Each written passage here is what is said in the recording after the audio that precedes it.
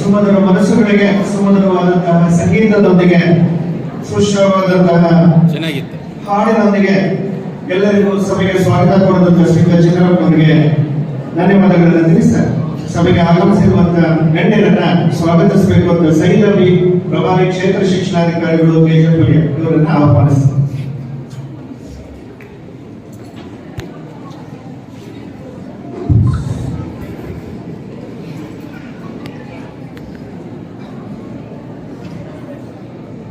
ವೇದಿಕೆ ಮೇಲೆ ಉಪಸ್ಥಿತಿರುವ ಎಲ್ಲ ವರ್ಗದವರೇ, ಶಿಕ್ಷಕರೇ ಹಾಗೂ ನೆಚ್ಚಿನ ವಿದ್ಯಾರ್ಥಿಗಳು, ನಾವು ಈ ಹೊತ್ತಿನಲ್ಲಿ ಒಂದು ಮುಖ್ಯವಾದ ಉದ್ದೇಶಕ್ಕಾಗಿ ಸೇರಿದ್ದೇವೆ.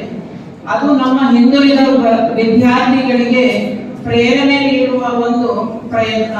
ಈ ಕಾರ್ಯಕ್ರಮವನ್ನು ಬೋಧನೆ, ಪ್ರೋತ್ಸಾಹ ಮತ್ತು ಸಕಾರಾತ್ಮಕ ಬದಲಾವಣೆಗಳ ಮೂಲಕ ಪ್ರೇರಣೆಯನ್ನ ಮಾಡಲು ನಾವು ಇಲ್ಲಿ ಈ ಒಂದು ಸಂದರ್ಭದಲ್ಲಿ ನಿಂತಿರ್ತೀವಿ. ಇಲ್ಲಿ ಇರುವ ಪ್ರತಿ ವಿದ್ಯಾರ್ಥಿಯು ನಿಜವಾಗ್ಲೂ ಅಮೂಲ್ಯ. ನೀವೆಲ್ಲ ನಮ್ಮ ಪರೀಕ್ಷೆಗಳನ್ನು ಇನ್ನೆಷ್ಟು ಸಾಧನೆ ಮಾಡಲು ಸಂಪೂರ್ಣ ಸಮರ್ಥರಾಗಿರ್ತೀರಿ. ಆದರೆ ನಿಮ್ಮ ಒಂದು ಬೇಕಾಗಿದ್ದು ಕೇವಲ ಸ್ವಲ್ಪ ಪ್ರೇರಣೆ, ಸ್ವಲ್ಪ ಧೈರ್ಯ ಹಾಗೂ ಹೊಸ ದೃಷ್ಟಿಕೋನ ಆಗಿದೆ. ನೋಡಿ ಮಕ್ಕಳೇ, ಸರಿಯಾದ ಸಮಯದಲ್ಲಿ ತೆಗೆದುಕೊಳ್ಳುವಂತಹ ಒಂದು ನಿರ್ಧಾರ ನಿಮ್ಮ ಜೀವನವನ್ನೇ ಬದಲಾಯಿಸುತ್ತದೆ. ಅದೇ ರೀತಿ ನಿಮ್ಮ ನಿರ್ಲಕ್ಷ್ಯದಿಂದ ನೀವು ನಾಳೆ ಪಶ್ಚಾತ್ತಾಪ ಪಡಬಾರದು ಅಂತಾನೆ ನಾವು ಈ ಒಂದು ಪ್ರೇರಣಾ ಶಿಬಿರವನ್ನ ಇಲ್ಲಿ ಆಚರಣೆಯನ್ನ ಮಾಡ್ತಾ ಇದ್ದೀವಿ. ನಾವು ಯಾವತ್ತೂ ಪ್ರಗತಿಯನ್ನ ಸಾಧಿಸಕ್ಕೇನೆ ಎಲ್ಲಾ ಕಾರ್ಯಕ್ರಮಗಳನ್ನ ಹಮ್ಮಿಕೊಂಡಿದ್ದೀವಿ. ನಿಮ್ಮ ಸುತ್ತಲೂ ಇರುವ ಎಲ್ಲಾ ಪ್ರೋತ್ಸಾಹದಿಂದ ನೀವು ನಿಮ್ಮ ಕನಸುಗಳನ್ನು ಜೀವ ತುಂಬಿ ನಿಮ್ಮ ಭವಿಷ್ಯವನ್ನು ರೂಪಿಸಿಕೊಳ್ಳಲು ನಿಮ್ಮ ಮೇಲೆ, ನಿಮ್ಮ ಕಲಿಕೆಯ ಸಾಮರ್ಥ್ಯದ ಮೇಲೆ ನಂಬಿಕೆ ಇಟ್ಟುಕೊಳ್ಳಿ. ಎಲ್ಲವೂ ನಿಷ್ಠೆ, ಶ್ರಮ ಮತ್ತು ಧೈರ್ಯದಿಂದ ಸಾಧನೆ ಮಾಡಲಿಕ್ಕೆ ಸಾಧ್ಯ. ಯಾವುದೇ ದೇಶದ ಪ್ರಗತಿಯು ಆ ದೇಶದ ಶಿಕ್ಷಣ ವ್ಯವಸ್ಥೆಯನ್ನು ಅವಲಂಬಿಸಿದೆ. ಅದೇ ರೀತಿಯಲ್ಲಿ ಪ್ರತಿಯೊಬ್ಬ ವ್ಯಕ್ತಿಯ ವಿಕಾಸವು ಹಾಗೂ ಉತ್ತಮ ಜೀವನಕ್ಕೂ ಶಿಕ್ಷಣ ಮೂಲ ಎಂಬುದನ್ನ ಮನಗೊಂಡಿರುವ ಇಡೀ ಜಿಲ್ಲೆಯ ಆಡಳಿತವನ್ನು ನಡೆಸುವ ಅವಿರತ ಕಾರ್ಯಕಲಾಪಗಳ ನಡುವೆಯೂ ಯಾವುದೇ ಒಬ್ಬ ವಿದ್ಯಾರ್ಥಿಯು ಕಲಿಕೆಯಲ್ಲಿ ಹಿಂದಿರುಗಬಾರದು. ಅಮೂಲ್ಯ ಎಂದು ಭಾವಿಸಿ ಮಕ್ಕಳಾದ ನಿಮ್ಮೆಲ್ಲರನ್ನು ಶೈಕ್ಷಣಿಕ ಪ್ರಗತಿಯ ವೈಯಕ್ತಿಕ ಒತ್ತವನ್ನು ಕೊಟ್ಟು ನಿಮ್ಮೆಲ್ಲರನ್ನು ಪ್ರೋತ್ಸಾಹಿಸಲು, ಮಾರ್ಗದರ್ಶನ ನೀಡಲು ಇಲ್ಲಿಗೆ ಆಗಮಿಸಿರುವಂತಹ ಅತ್ಯಂತ ಸಂಭಾವ್ಯ ವ್ಯಕ್ತಿಗಳಾದ ನಮ್ಮೆಲ್ಲರ ಪ್ರೀತಿಯ ಹಾಗೂ ಗೌರವಾನ್ವಿತ Shri doctor MR Ravi sir, IAS ಜಿಲ್ಲಾಧಿಕಾರಿಗಳು, ಕೋಲಾರ ಜಿಲ್ಲೆ. ಇದು ನಮ್ಮ ಒಂದು ಕನಸು. ಪ್ರೇರಣೆ ನೀಡಿದ ಮಕ್ಕಳನ್ನ ನಿಟ್ಟಿನಲ್ಲಿ ಶ್ರಮಿಸುತ್ತಾರೆ. ಇವರು ಈ ಕಾರ್ಯಕ್ರಮಕ್ಕೆ ನಮ್ಮೆಲ್ಲರ ಪರವಾಗಿ ಸ್ವಾಗತ, ಸುಸ್ವಾಗತ.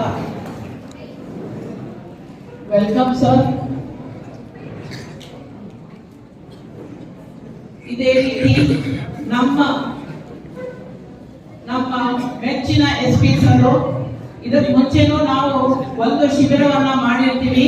ಶಿಕ್ಷಣ ಇಲಾಖೆ ಮತ್ತು ಪೊಲೀಸ್ ಇಲಾಖೆ ಮತ್ತು ಪ್ರೆಸ್ ವತಿಯಿಂದ ಇದೇ 10ನೇ ತರಗತಿ ಮಕ್ಕಳಿಗೆ ಪ್ರೇರಣೆಯನ್ನ ನೀಡಿರ್ತೀವಿ. ಸೊ ನಮ್ಮ SP ಸರ್ ಶಾಂತಕುಮಾರ್ ಸರ್ ಅವರು, KM ಶಾಂತಕುಮಾರ್ ಸರ್ IPS, ಇವರನ್ನು ನಮ್ಮ ಎಲ್ಲರ ಪರವಾಗಿ ಸ್ವಾಗತ, ಸುಸ್ವಾಗತ ಸರ್. Welcome sir.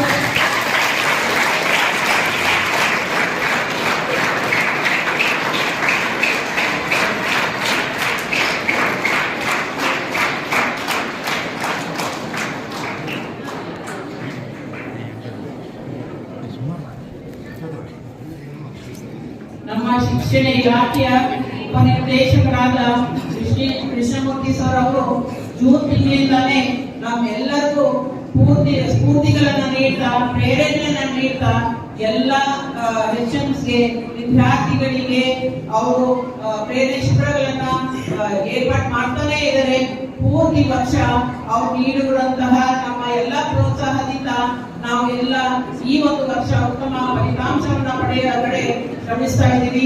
ನಮ್ಗೆಲ್ಲರ ಪರವಾಗಿ ನಮ್ಮ ಉಪನಿರ್ದೇಶಕರಾದ ಅವರಿಗೆ ಸ್ವಾಗತ, ಸುಸ್ವಾಗತ.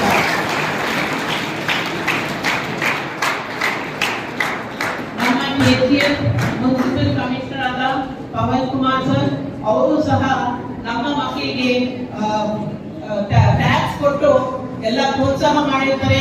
ಈ ಒಂದು ಸಂದರ್ಭದಲ್ಲಿ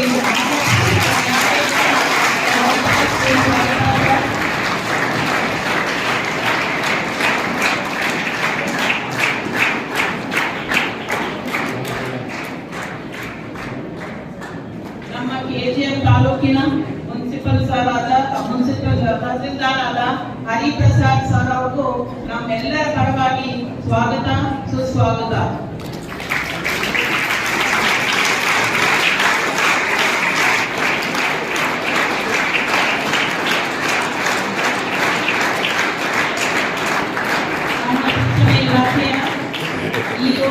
ಮತ್ತು ಸಬ್ಜೆಕ್ಟ್ ಇನ್ಸ್ಪೆಕ್ಟರ್ ಅವರು ಇವತ್ತಿನ ಒಂದು ಪ್ರೇರಣಾ ಶಿಬಿರದಲ್ಲಿ ಹಾಜರಾಗಿರ್ತಾರೆ ಮತ್ತು ನಮಗೆ ಎಲ್ಲ ಗೈಡೆನ್ಸ್ ಅನ್ನ ನೀಡಿರ್ತಾರೆ. ಸೊ ನಮ್ಮ ಕೆಜಿಎಫ್ ತಾಲೂಕಿನ ಶಿಕ್ಷಣ ಇಲಾಖೆಯಿಂದ ನಿಮ್ಮೆಲ್ಲರಿಗೂ ಸ್ವಾಗತ, ಸುಸ್ವಾಗತ.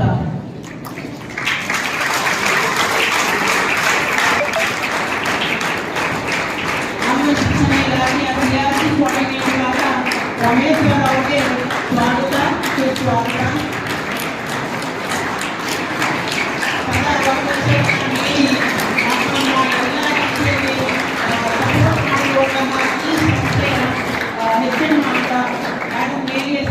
ಅವರಿಗೆ ಸ್ವಾಗತ, ಸುಸ್ವಾಗತ.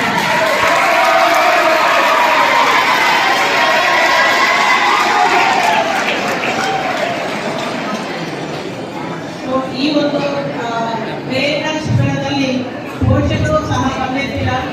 ಸೊ ಪೋಷಕರು ನೀವು ಫಸ್ಟ್ ಪ್ರೇರಣೆ ಸರಿಂದ ಪಡ್ಕೊಂಡ್ರೆ ಬಹುಶಃ ನಿಮ್ಮ ಮಕ್ಕಳ ಭವಿಷ್ಯನ ಉತ್ತಮ ರೀತಿಯಲ್ಲಿ ನೀವು ರೂಪಿಸಕ್ಕೆ ಸಾಧ್ಯ ಆಗುತ್ತೆ. ಸೊ ಅದರಿಂದಲೇ ನಾವು ಪೋಷಕರನ್ನು ಸಹ ಒತ್ತು ಕೊಟ್ಟು ಕರೆದಿರ್ತೀವಿ. ಸೊ ಎಲ್ಲಾ ಶಾಲೆಗಳ ಬಂದಿರುವಂತಹ ಪೋಷಕರಿಗೆ ಸ್ವಾಗತ, ಸುಸ್ವಾಗತ.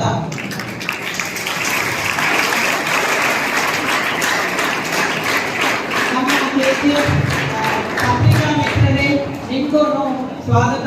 ಪ್ರತಿಯೊಂದು ನಮ್ಮ ಕಾರ್ಯಕ್ರಮಗಳಲ್ಲಿ ನೀವು ನಮ್ಮನ್ನ ತುಂಬಾ ಪ್ರೋತ್ಸಾಹ ಮಾಡ್ತೀರಾ. ನಿಮಗೂ ಸ್ವಾಗತ, ಸುಸ್ವಾಗತ. ನಮ್ಮ ಅನೇಕ ಶಾಲೆಗಳಿಂದ ಬಂದಿರುವಂತಹ ಮುಖ್ಯ ಶಿಕ್ಷಕರು ಮತ್ತು ಸಿಬ್ಬಂದಿ ವರ್ಗದವರಿಗೆ ಸ್ವಾಗತ ಮತ್ತು ಸುಸ್ವಾಗತ. ಈ ಒಂದು ಕಾರ್ಯಕ್ರಮವನ್ನ ಆಯೋಜಿಸಿರುವಂತಹ ಕೇಂದ್ರ ಬಿಂದುಗಳು ಮಕ್ಕಳೇ ನೀವೇ ನೋಡಿ. ಜಿಲ್ಲಾ ಹಂತದಲ್ಲಿಯೇ ನಿಮ್ಮ ರಿಸಲ್ಟ್ ಬಗ್ಗೆ ಎಷ್ಟು ಕಾಳಜಿಯನ್ನ ಎಷ್ಟೊಂದು ಜನ ಇಟ್ಕೊಂಡಿದ್ದಾರೆ. ಸೊ ಇವರು ಮಾಡ್ತಾ ಇರುವಂತಹ ಪ್ರಯತ್ನಗಳಿಗೆ ಫಲ ನೀಡಿರುವಂತಹ ಕೆಲಸ ನೀವೇ ಮಾಡ್ಬೇಕು ಮಕ್ಕಳೇ. ಸೊ ಈ ಒಂದು ಪ್ರೇರಣಾ ಶಿಬಿರಕ್ಕೆ ನಿಮ್ಗೆಲ್ಲರಿಗೂ ಸ್ವಾಗತ, ಸುಸ್ವಾಗತ. ಪ್ರಭಾರಿಯಾಗಿದ್ದು ಸಹ ಈ ಒಂದು ಕೆಲಸ ಕಾರ್ಯಗಳನ್ನು ಬಹಳ ಪ್ರೀತಿಯಿಂದ ಅಚ್ಚುಕಟ್ಟಾಗಿ ಮಾಡಿದ್ದಾರೆ. ಶ್ರೀಯುತ ಸೈದವಿ ಮೇಡಮ್ ಅವರು ಸಹ ಈ ಒಂದು ಸಭೆಗೆ ಪ್ರೀತಿಯ ಸ್ವಾಗತವನ್ನ ಕೋರುತ್ತೇನೆ.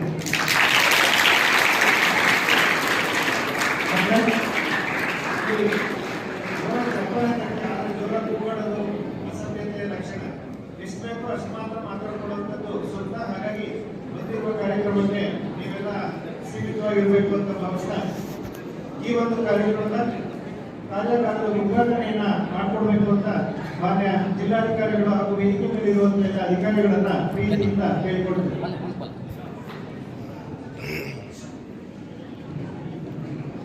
ದೀಪ ಬೆಳಗಿಸುವುದರ ಮೂಲಕ ಈ ಒಂದು ಕಾರ್ಯಾಗಾರದ ಉದ್ಘಾಟನೆಯನ್ನ ಆಗಮಿಸಿರುವಂತಹ ಎಲ್ಲ ಗಣ್ಯರು ಭಾಗವಹಿಸಿ ಕಾರ್ಯಾಗಾರವನ್ನು ಉದ್ಘಾಟನೆ ಮಾಡ್ತಾ ಇದ್ದಾರೆ.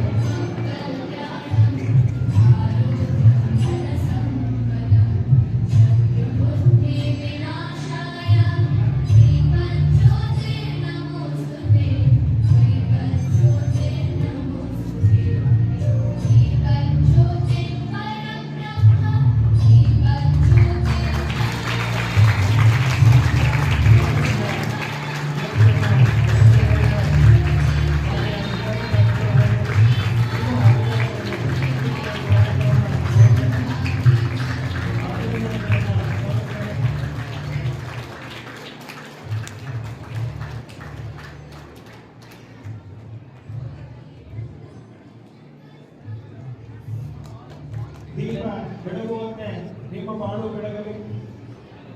ದೀಪ ಹಣತೆಯ ರೂಪದಲ್ಲಿ ಕಾಣಿಸಿರುವಂತಹದ್ದು ನಿಮ್ಮ ಹೃದಯದಲ್ಲೂ ಸಹ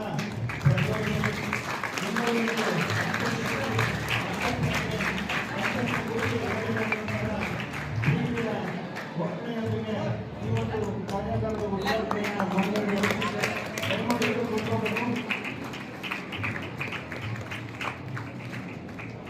ವಿದ್ಯಾರ್ಥಿಗಳು ಆಕಸ್ಮಿಕ ಆಸಕ್ತರಾಗಿ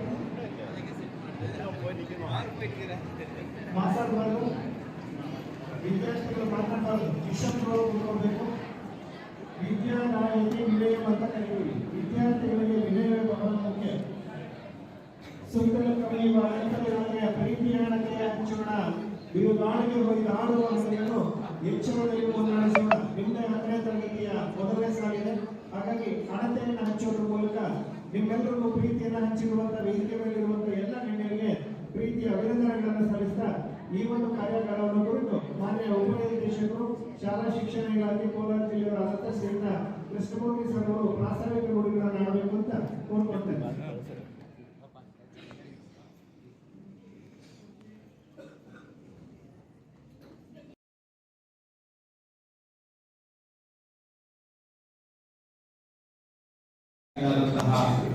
ಎಂ.ಆರ್. ರವಿ ಸರ್ ಅವರೇ, SP ಸರ್ ಆದಂತಹ ಶಾಂತಕುಮಾರ್ ಸರ್ ಅವರೇ, ಹಾಗೂ ತಾಲೂಕಿನ ಎಲ್ಲ ಅಧಿಕಾರಿ ವರ್ಗದವರೇ, ನಮ್ಮ BO ಅವರೇ, UO ಅವರೇ, ಸಬ್ಜೆಕ್ಟ್ ಇನ್ಸ್ಪೆಕ್ಟರೇ, ಮುಖ್ಯವಾಗಿ ಬಂದಿರತಕ್ಕಂತಹ ಎಲ್ಲ ಆಯ್ದ ಶಾಲೆಗಳಿಂದ ಬಂದಿರತಕ್ಕಂತಹ ಮಕ್ಕಳೇ ಮತ್ತೆ ಪೋಷಕರೇ, ಮಾಧ್ಯಮ ಮಿತ್ರರೇ, ಈ ಶೈಕ್ಷಣಿಕ ವರ್ಷದ ಪ್ರಾರಂಭದಿಂದಲೂ ಸಹ ಒಂದಲ್ಲ ಒಂದು ಅನೇಕ ರೀತಿಯ ಕಾರ್ಯಕ್ರಮಗಳನ್ನ ಹಾಕೊಂಡು ಬರ್ತಾ ಇದ್ದೀವಿ. SSLC ಫಲಿತಾಂಶ ಉತ್ತಮವಾಗಬೇಕು, ಮಕ್ಕಳಲ್ಲಿ ಕಲಿಕೆ ಆಗಬೇಕು, ಕಲಿಕೆಯಾಗಿ ಫಲಿತಾಂಶ ಕೆಲವು ಮಕ್ಕಳು ಉತ್ತೀರ್ಣರಾಗಬೇಕು, ಡಿಸ್ಟಿಂಕ್ಷನ್ ಬರಬೇಕು, ಫಸ್ಟ್ ಕ್ಲಾಸ್ ಬರಬೇಕು, ಮುಂದೆ ಅವರ ಜೀವನ ಔನ್ನತ್ಯದ ಕಡೆಗೆ ಸಾಗಬೇಕು ಅನ್ನುವಂತಹ ಉದ್ದೇಶ. ಕೆಲವು ಮಕ್ಕಳು ಡಿಸ್ಟಿಂಕ್ಷನ್ ತಗೊಂಡು PUC ಸೈನ್ಸ್ ತಗೊಳ್ತಾರೆ, ಕಾಮರ್ಸ್ ತಗೊಳ್ತಾರೆ, ಆರ್ಟ್ಸ್ ತಗೊಳ್ತಾರೆ, ಇತರೆ ಡಿಪ್ಲೊಮಾ ಕಾಲೇಜುಗಳಿಗೆಲ್ಲ ಸೇರ್ತಾರೆ. ಅನೇಕ ರೀತಿಯಾದಂತಹ ಅವಕಾಶಗಳಿವೆ SSLC ಪಾಸ್ ಆದಂತಹ ವಿದ್ಯಾರ್ಥಿ. ಕೆಲವು ಮಕ್ಕಳು, ಎಲ್ಲ ಮಕ್ಕಳು ಸಹ ಒಂದೇ ರೀತಿ ಇರಲ್ಲ, ಅವರ ಭೌತಿಕ ಮಟ್ಟ ವ್ಯತ್ಯಾಸ ಇದ್ದೇ ಇರುತ್ತೆ, ಅದು ಸಹಜ. ಆದ್ರೆ ಆ ಮಕ್ಕಳಿಗೆ ಅನುಕೂಲಕರವಾದಂತಹ ವಾತಾವರಣವನ್ನ ಕಲಿಸೋದು ನಮ್ಮೆಲ್ಲರ ಜವಾಬ್ದಾರಿ. SSLC ನಾನು ಜಸ್ಟ್ ಪಾಸ್ ಆಗಿದ್ದೀನಪ್ಪ, ಏನು ಪ್ರಯೋಜನ ಇಲ್ಲ ಅನ್ನುವಂತಹ ಮನೋಭಾವ ತಾವು ಬಿಟ್ಕೊಳ್ಬೇಕು. ನಾವು ಹಿಂದೆ ನಡೆದಂತಹ ಅನೇಕ ಸಭೆ ಸಮಾರಂಭಗಳಲ್ಲಿ ಸಭೆಗಳಲ್ಲಿ ರಿವ್ಯೂ ಮಾಡುವಂತಹ ಸಂದರ್ಭದಲ್ಲಿ ಕೌಶಲ್ಯ ಅಭಿವೃದ್ಧಿ ಇಲಾಖೆಯವರು, ITI ಕಾಲೇಜಿನವರು ಬಂದಂತಹ ಸಂದರ್ಭದಲ್ಲಿ, ಸರ್ ನಮಗೆ ಈ ಸರಿ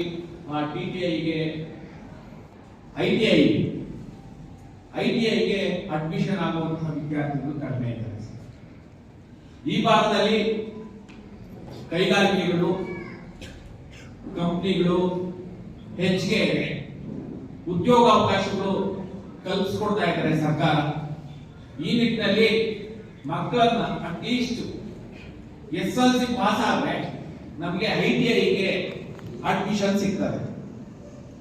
ITI ಮಾಡ್ಕೊಂಡಂತಹ ವಿದ್ಯಾರ್ಥಿ, ಜಸ್ಟ್ ಪಾಸ್ ಆಗಿ ITI ಮಾಡ್ಕೊಂಡಂತಹ ವಿದ್ಯಾರ್ಥಿಗಳಿಗೆ ಸ್ಥಳೀಯವಾಗಿ ಕೈಗಾರಿಕೆಗಳಿದ್ದಾವೆ, ಸೇರ್ಕೊಂಡ ತಕ್ಷಣ 15 ರಿಂದ 20 ಸಾವಿರ ರೂಪಾಯಿ ವೇತನ ಸಿಗುತ್ತೆ. ಈ ಮಕ್ಕಳನ್ನ ಸಹ ಉತ್ತೀರ್ಣಗೊಳಿಸಬೇಕು ಅಂತಂದ್ರೆ ಹಿಂದೆ ಇದ್ದಂತಹ ರೀತಿಯಲ್ಲಿ ಪರೀಕ್ಷೆಗಳು ನಡೆಯಲ್ಲ, ನಮಗೆಲ್ಲ ಗೊತ್ತಿದೆ. ಗ್ರೇಸ್ ಮಾರ್ಕ್ಸ್ ಕೊಡಲ್ಲ, ಬಹಳ ಬಿಗಿಯಾದ ಕಟ್ಟುನಿಟ್ಟಿನ ಕ್ರಮದಲ್ಲಿ ಪರೀಕ್ಷೆ ನಡೆಸ್ತವೆ. ಈ ಮಕ್ಕಳನ್ನ ಪಾಸ್ ಮಾಡಿಸ್ಬೇಕು. ಹೇಗ್ ಮಾಡಿಸ್ಬೇಕು ಅಂತಂದ್ರೆ ನಿಮ್ಗೆ ಆದಂತಹ ಒಂದು ಸ್ಟ್ರಾಟಜಿಯನ್ನ ಹಾಕೊಂಡಿದ್ದೀವಿ. ಈ ಮಕ್ಕಳನ್ನ ಪಾಸ್ ಮಾಡಿಸೋದಕ್ಕೆ ಏನ್ ಮಾಡ್ಬೇಕು, ಪಾಸ್ ಆಗೋದಕ್ಕೆ ಏನೇನು ಕ್ರಮ ಹಾಕ್ಬೇಕು, ಎಷ್ಟು ಪ್ರಾಕ್ಟೀಸ್ ಮಾಡಿಸ್ಬೇಕು, ಎಷ್ಟು ಡ್ರಿಲ್ ವರ್ಕ್ಸ್ ಮಾಡಿಸ್ಬೇಕು, ಮಿನಿಮಮ್ ಪಾಸ್ ಪ್ಯಾಕೇಜ್ ಅನ್ನ ಕೊಟ್ಟು ತಮಗೆ SSLC ಎಲ್ಲ ಉತ್ತೀರ್ಣಗೊಳಿಸಬೇಕು. ಈ ವರ್ಷ ಡಿಸೆಂಬರ್ಗೆ ಪೋರ್ಷನ್ಸ್ ಮುಗ್ದಿದೆ. ನಂತರ ಈ ಎಲ್ಲ ಪ್ರಯತ್ನಗಳೆಲ್ಲವೂ ನಡೀತಾ ಇದೆ. ಮಾನ್ಯ ಜಿಲ್ಲಾಧಿಕಾರಿಗಳ ಆದೇಶ ಪ್ರಕಾರ ನಮ್ಮ ರಿಸಲ್ಟ್ ಅನ್ನ ನೋಡಿದಂತ ಸಂದರ್ಭದಲ್ಲಿ ಡಿಸಿ ಸರ್ ಮುಖ್ಯವಾಗಿ ನಮ್ಮಲ್ಲಿ ಗಂಡು ಮಕ್ಕಳು ಜಾಸ್ತಿ ಫೇಲ್ ಆಗುವಂತಹ ಪ್ರಮಾಣ ಜಾಸ್ತಿ ಇದೆ. ಕಮ್ಯುನಿಟಿ ವಾರ್ ನೋಡಿದಂತಹ ಸಂದರ್ಭದಲ್ಲಿ SC ಮಕ್ಕಳು ST ಮಕ್ಕಳು ಅಲ್ಪಸಂಖ್ಯಾತ ಮಕ್ಕಳು ಅನುತ್ತೀರ್ಣಗೊಳಿಸಿದಂತಹ ಸಂಖ್ಯೆ ಜಾಸ್ತಿ ಇದೆ. ಸರ್ಕಾರಿ ಪ್ರೌಢಶಾಲೆಗಳು ಅನುದಾನಿತ ಪ್ರೌಢಶಾಲೆಗಳಲ್ಲಿ ಪರ್ಸೆಂಟೇಜ್ ಕಡಿಮೆ ಇದೆ. ಈ ಕಾರ್ಯಕ್ರಮಕ್ಕೆ ವಿಶೇಷವಾದಂತಹ ಕಾರ್ಯಕ್ರಮ ಆಗಬೇಕು. ಇನ್ನೊಂದು 50 ಡೇಸ್ ಅಥವಾ 60 ಡೇಸ್ ಇರುವಂತಹ ಸಂದರ್ಭದಲ್ಲಿ ನಮ್ಮ ಈ ಮಕ್ಕಳೇನಿದಾರಲ್ಲ ಈ ಮಕ್ಕಳು ಪಾಸ್ ಆಗಬೇಕು. ಅವರ ಭವಿಷ್ಯ ಯಾವ ಸಂದರ್ಭದಲ್ಲಿ ಯಾವ ಟೈಮ್ನಲ್ಲಿ ಬದಲಾವಣೆ ಆಗ್ತದೆ ಅನ್ನುವಂಥದ್ದು ಗೊತ್ತಾಗಲ್ಲ. ನಾವುಗಳೆಲ್ಲ ಏನು ನಾವು ಫಸ್ಟ್ ಕ್ಲಾಸ್ ಬಂದು ಡಿಸ್ಟಿಂಕ್ಷನ್ ಬಂದು ಪಾಸ್ ಆದಂತಹ ವಿದ್ಯಾರ್ಥಿಗಳಲ್ಲ. ಆ ಸಂದರ್ಭಗಳಲ್ಲಿ ನಾವು ಓದಂತಹ ಸಂದರ್ಭದಲ್ಲಿ ಎಸ್ಪೆಷಲಿ ನನಗೊಂದು ಅವಕಾಶ ಸಿಕ್ತು. PU ಓದ್ಬೇಕಾದಂತಹ ಸಂದರ್ಭದಲ್ಲಿ ನಮ್ಮ ಸ್ನೇಹಿತರದೇ ಒಂದು ಅವಕಾಶ ಸಿಕ್ತು. ಅವ್ರನ್ನೆಲ್ಲ ನೋಡಿದೆ, ಅವ್ರು ಓದ್ತಾರಲ್ಲ ನಾನು ಚೆನ್ನಾಗಿ ಓದೋಣ ಅನ್ನುವಂತಹ ಅವಕಾಶ. ಡಿಗ್ರಿ ಹೋದೆ, ಅಲ್ಲಿ ಒಂದು ರೀತಿಯಲ್ಲಿ ಉತ್ತಮವಾದಂತಹ ವಾತಾವರಣ, BEd ಹೋದಂತಹ ರೀತಿಯಲ್ಲಿ ಒಳ್ಳೆಯ ಉತ್ತಮವಾದಂತಹ ವಾತಾವರಣ ಸಿಕ್ತು. ನಮ್ಗೆ ಯಾವ ಸಂದರ್ಭದಲ್ಲಿ ಹೇಗೆ ಅವಕಾಶಗಳು ಸಿಗ್ತವೆ, ಪರಿಸರ ಸಿಗ್ತದೆ ಅನ್ನುವಂತಹದ್ದು ಹೇಳಿಕ್ಕಾಗಲ್ಲ. ಆದ್ರಿಂದ ತಾವೆಲ್ಲರೂ ಸಹ SSLC ಎಲ್ಲ ಉತ್ತೀರ್ಣವರು. ನನ್ನ ಜಿಲ್ಲಾಧಿಕಾರಿಗಳ ಉದ್ದೇಶವೂ ಸಹ ಇದೆ.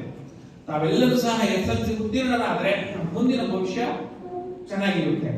ಒಂದಲ್ಲ ಒಂದು ರೀತಿಯ ಶಿಕ್ಷಣವನ್ನು ಪಡೆದು ಉನ್ನತವಾದಂತಹ ಶಿಕ್ಷಣ ಪಡೆದು ಜೀವನವನ್ನು ರೂಪಿಸಿಕೊಳ್ಬಹುದು. ಈ ನಿಟ್ಟಿನಲ್ಲಿ ಮಾನ್ಯ ಜಿಲ್ಲಾಧಿಕಾರಿಗಳ ಆದೇಶದ ಮೇಲೆ ಈ ರೀತಿಯಾದಂತಹ ಪ್ರೇರಣಾ ಶಿಬಿರಗಳನ್ನ, ಸ್ಫೂರ್ತಿದಾಯಕವಾದಂತಹ ಹಿರಿಯ ಅಧಿಕಾರಿಗಳನ್ನ ಮಾತಾಡಿಸತಕ್ಕಂತಹ ಕಾರ್ಯಕ್ರಮಗಳನ್ನ ಏರ್ಪಡಿಸಿದೆ. ಈ ನಿಟ್ಟಿನಲ್ಲಿ ಈ ಸಭೆಯನ್ನ ಏರ್ಪಡಿಸಲಾಗಿದೆ. ಎಲ್ಲರೂ ಸಹ ಈ ಕಾರ್ಯಕ್ರಮಕ್ಕೆ ಶ್ರಮವನ್ನು ಹಾಕಿ ಚೆನ್ನಾಗಿ ಮಾಡಿದ್ದೀರಾ. ಮಾನ್ಯ ಈ ಸಂದರ್ಭದಲ್ಲಿ ಮಾನ್ಯ ಜಿಲ್ಲಾಧಿಕಾರಿಗಳ ಆದೇಶದಂತೆ ಎಲ್ಲಾ ತಾಲೂಕುಗಳಲ್ಲೂ ಎಲ್ಲಾ ವಿದ್ಯಾರ್ಥಿಗಳು ಈ ರೀತಿಯಾದಂತಹ ಕಾರ್ಯಕ್ರಮಗಳನ್ನ ಹಮ್ಮಿಕೊಳ್ತಾ ಇದ್ದು ಮಕ್ಕಳ ಶೈಕ್ಷಣಿಕ ಪ್ರಗತಿಗೆ ಈ ಸಭೆಯ ಉದ್ದೇಶ ಅಂತ ಈ ಸಂದರ್ಭದಲ್ಲಿ ತಿಳಿಸ್ತಾ ನನಗೆ 2 ಮಾತುಗಳನ್ನ ಆಡೋದಕ್ಕೆ ಅವಕಾಶ ಮಾಡಿಕೊಟ್ಟ ತಮ್ಮೆಲ್ಲರಿಗೂ ಸಹ ವಂದಿಸ್ತಾ ನಾನು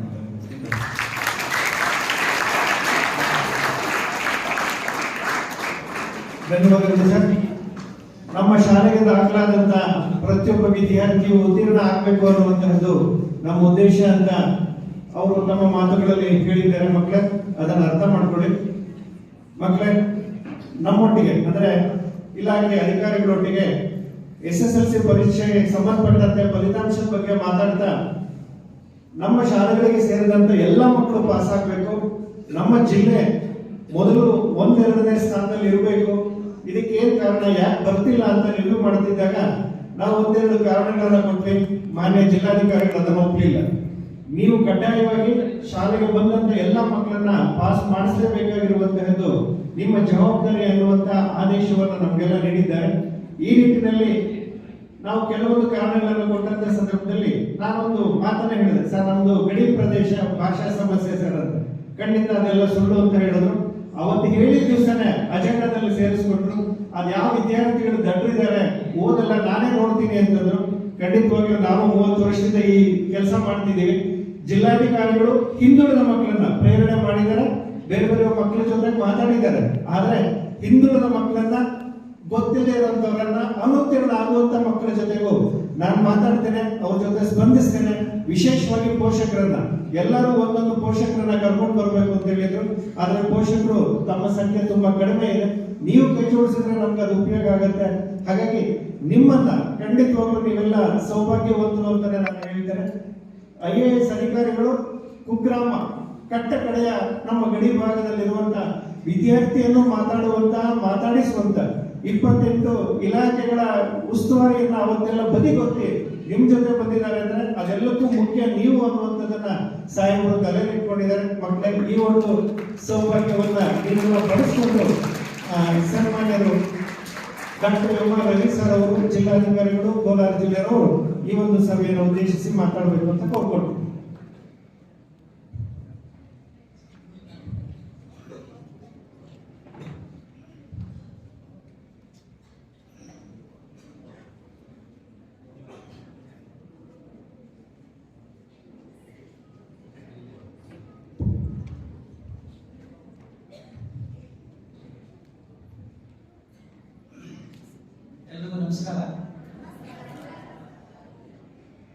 ಕಡೆ ಮಾತ್ರ ವಾಯ್ಸ್ ಬರ್ತಾ ಇದೆ, ಆ ಕಡೆ ಬರ್ತಾ ಇಲ್ಲ. ನಮಸ್ಕಾರಕ್ಕೆ ಪ್ರತಿ ನಮಸ್ಕಾರ ಹೇಳೋದು ನಮ್ಮ ಸಂಸ್ಕಾರ ಅಲ್ವಾ? ನಮಸ್ಕಾರ ಅಂತ ಹೇಳಿದಾಗ ಅಷ್ಟೇ ಜೋರು ಧ್ವನಿನಲ್ಲಿ ಖುಷಿಯಾಗಿ ನಗ್ತಾ ನಮಸ್ಕಾರ ಅಂತ ಹೇಳೋಕೆ ಸರ್ಕಾರ ನಿಮಗೆ ಟ್ಯಾಕ್ಸ್ ಹಾಕಲ್ಲ, ಹೌದಾನೆ? ನಗೋಕೆ ಯಾಕ್ರಿ ಹಿಂಜರಿಕೆ? ಖುಷಿಯಾಗಿರೋಕೆ ಯಾಕ್ರಿ ಹಿಂಜರಿಕೆ? ನಾವೇನು ಕಳ್ತನ ಮಾಡಿದೀವ? ಸುಳ್ಳು ಹೇಳಿದೀವ? ಮೋಸ ಮಾಡಿದೀವ? ಮತ್ತೆ ನಗೋಕೆ, ಖುಷಿಯಾಗಿರೋಕೆ, ಸಂತೋಷವಾಗಿರೋಕೆ ಇನ್ನೇನು ಬಾಧೆ ನಿಮಗೆ ಅಲ್ವಾ? ನಮಸ್ಕಾರ ಅಂತ ಹೇಳಿದ್ರೆ ನಮಸ್ಕಾರ. ವೇದಿಕೆ ಮೇಲಿರುವ ಎಲ್ಲ ಗಣ್ಯರೇ ಹಾಗೂ ವೇದಿಕೆ ಮುಂಭಾಗದಲ್ಲಿರ್ತಕ್ಕಂಥ ಎಲ್ಲ ಅತಿ ಗಣ್ಯರೇ ಹಾಗೂ ಯಾಕೆ ನೀವೆಲ್ಲರೂ ಇವತ್ತು ಇಲ್ಲಿದ್ದೀರಿ? ಯಾವ ಕಾರಣಕ್ಕಾಗಿ ನಿಮ್ಮನ್ನೆಲ್ಲ ಇಲ್ಲಿ ಸೇರಿಸಿದ್ದಾರೆ? ಮನೆಯಲ್ಲಿ ಅಪ್ಪ ಅಮ್ಮನ ಜೊತೆ ತಪ್ಪಿಸ್ಕೊಂಡು ಶಾಲೆಗೆ ಬರ್ತೀರಿ, ಶಾಲೆಯಲ್ಲಿ ಇರ್ಬೇಕಾದ್ರೆ ಅಪ್ಪ ಅಮ್ಮನ ನೆನೆಸ್ಕೋತೀರಿ. ಈಗ ಅಪ್ಪ ಅಮ್ಮ ಜೊತೆಲಿ ಒಂದೇ ವೇದಿಕೆಯಲ್ಲಿ ಇರೋದು, ಕಾರ್ಯಕ್ರಮದಲ್ಲಿ ಭಾಗವಹಿಸಿದಾಗ ಸ್ವಲ್ಪ ಕಷ್ಟ ಆಗುತ್ತಲ್ವಾ? ನಿಮ್ಗೇನೋ ಕೈಕಾಲು ಕಡ್ದಾಗ ಆಗುತ್ತೆ, ಚೇಷ್ಟೆ ಮಾಡಕ್ ಆಗಲ್ಲ, ಮಾತಾಡಕ್ ಆಗಲ್ಲ, ತರಲೆ ಮಾಡಕ್ ಆಗಲ್ಲ, ಹೌದಾನೆ? ಹೇಳ್ಬೇಕು, ಹೌದಾನೆ?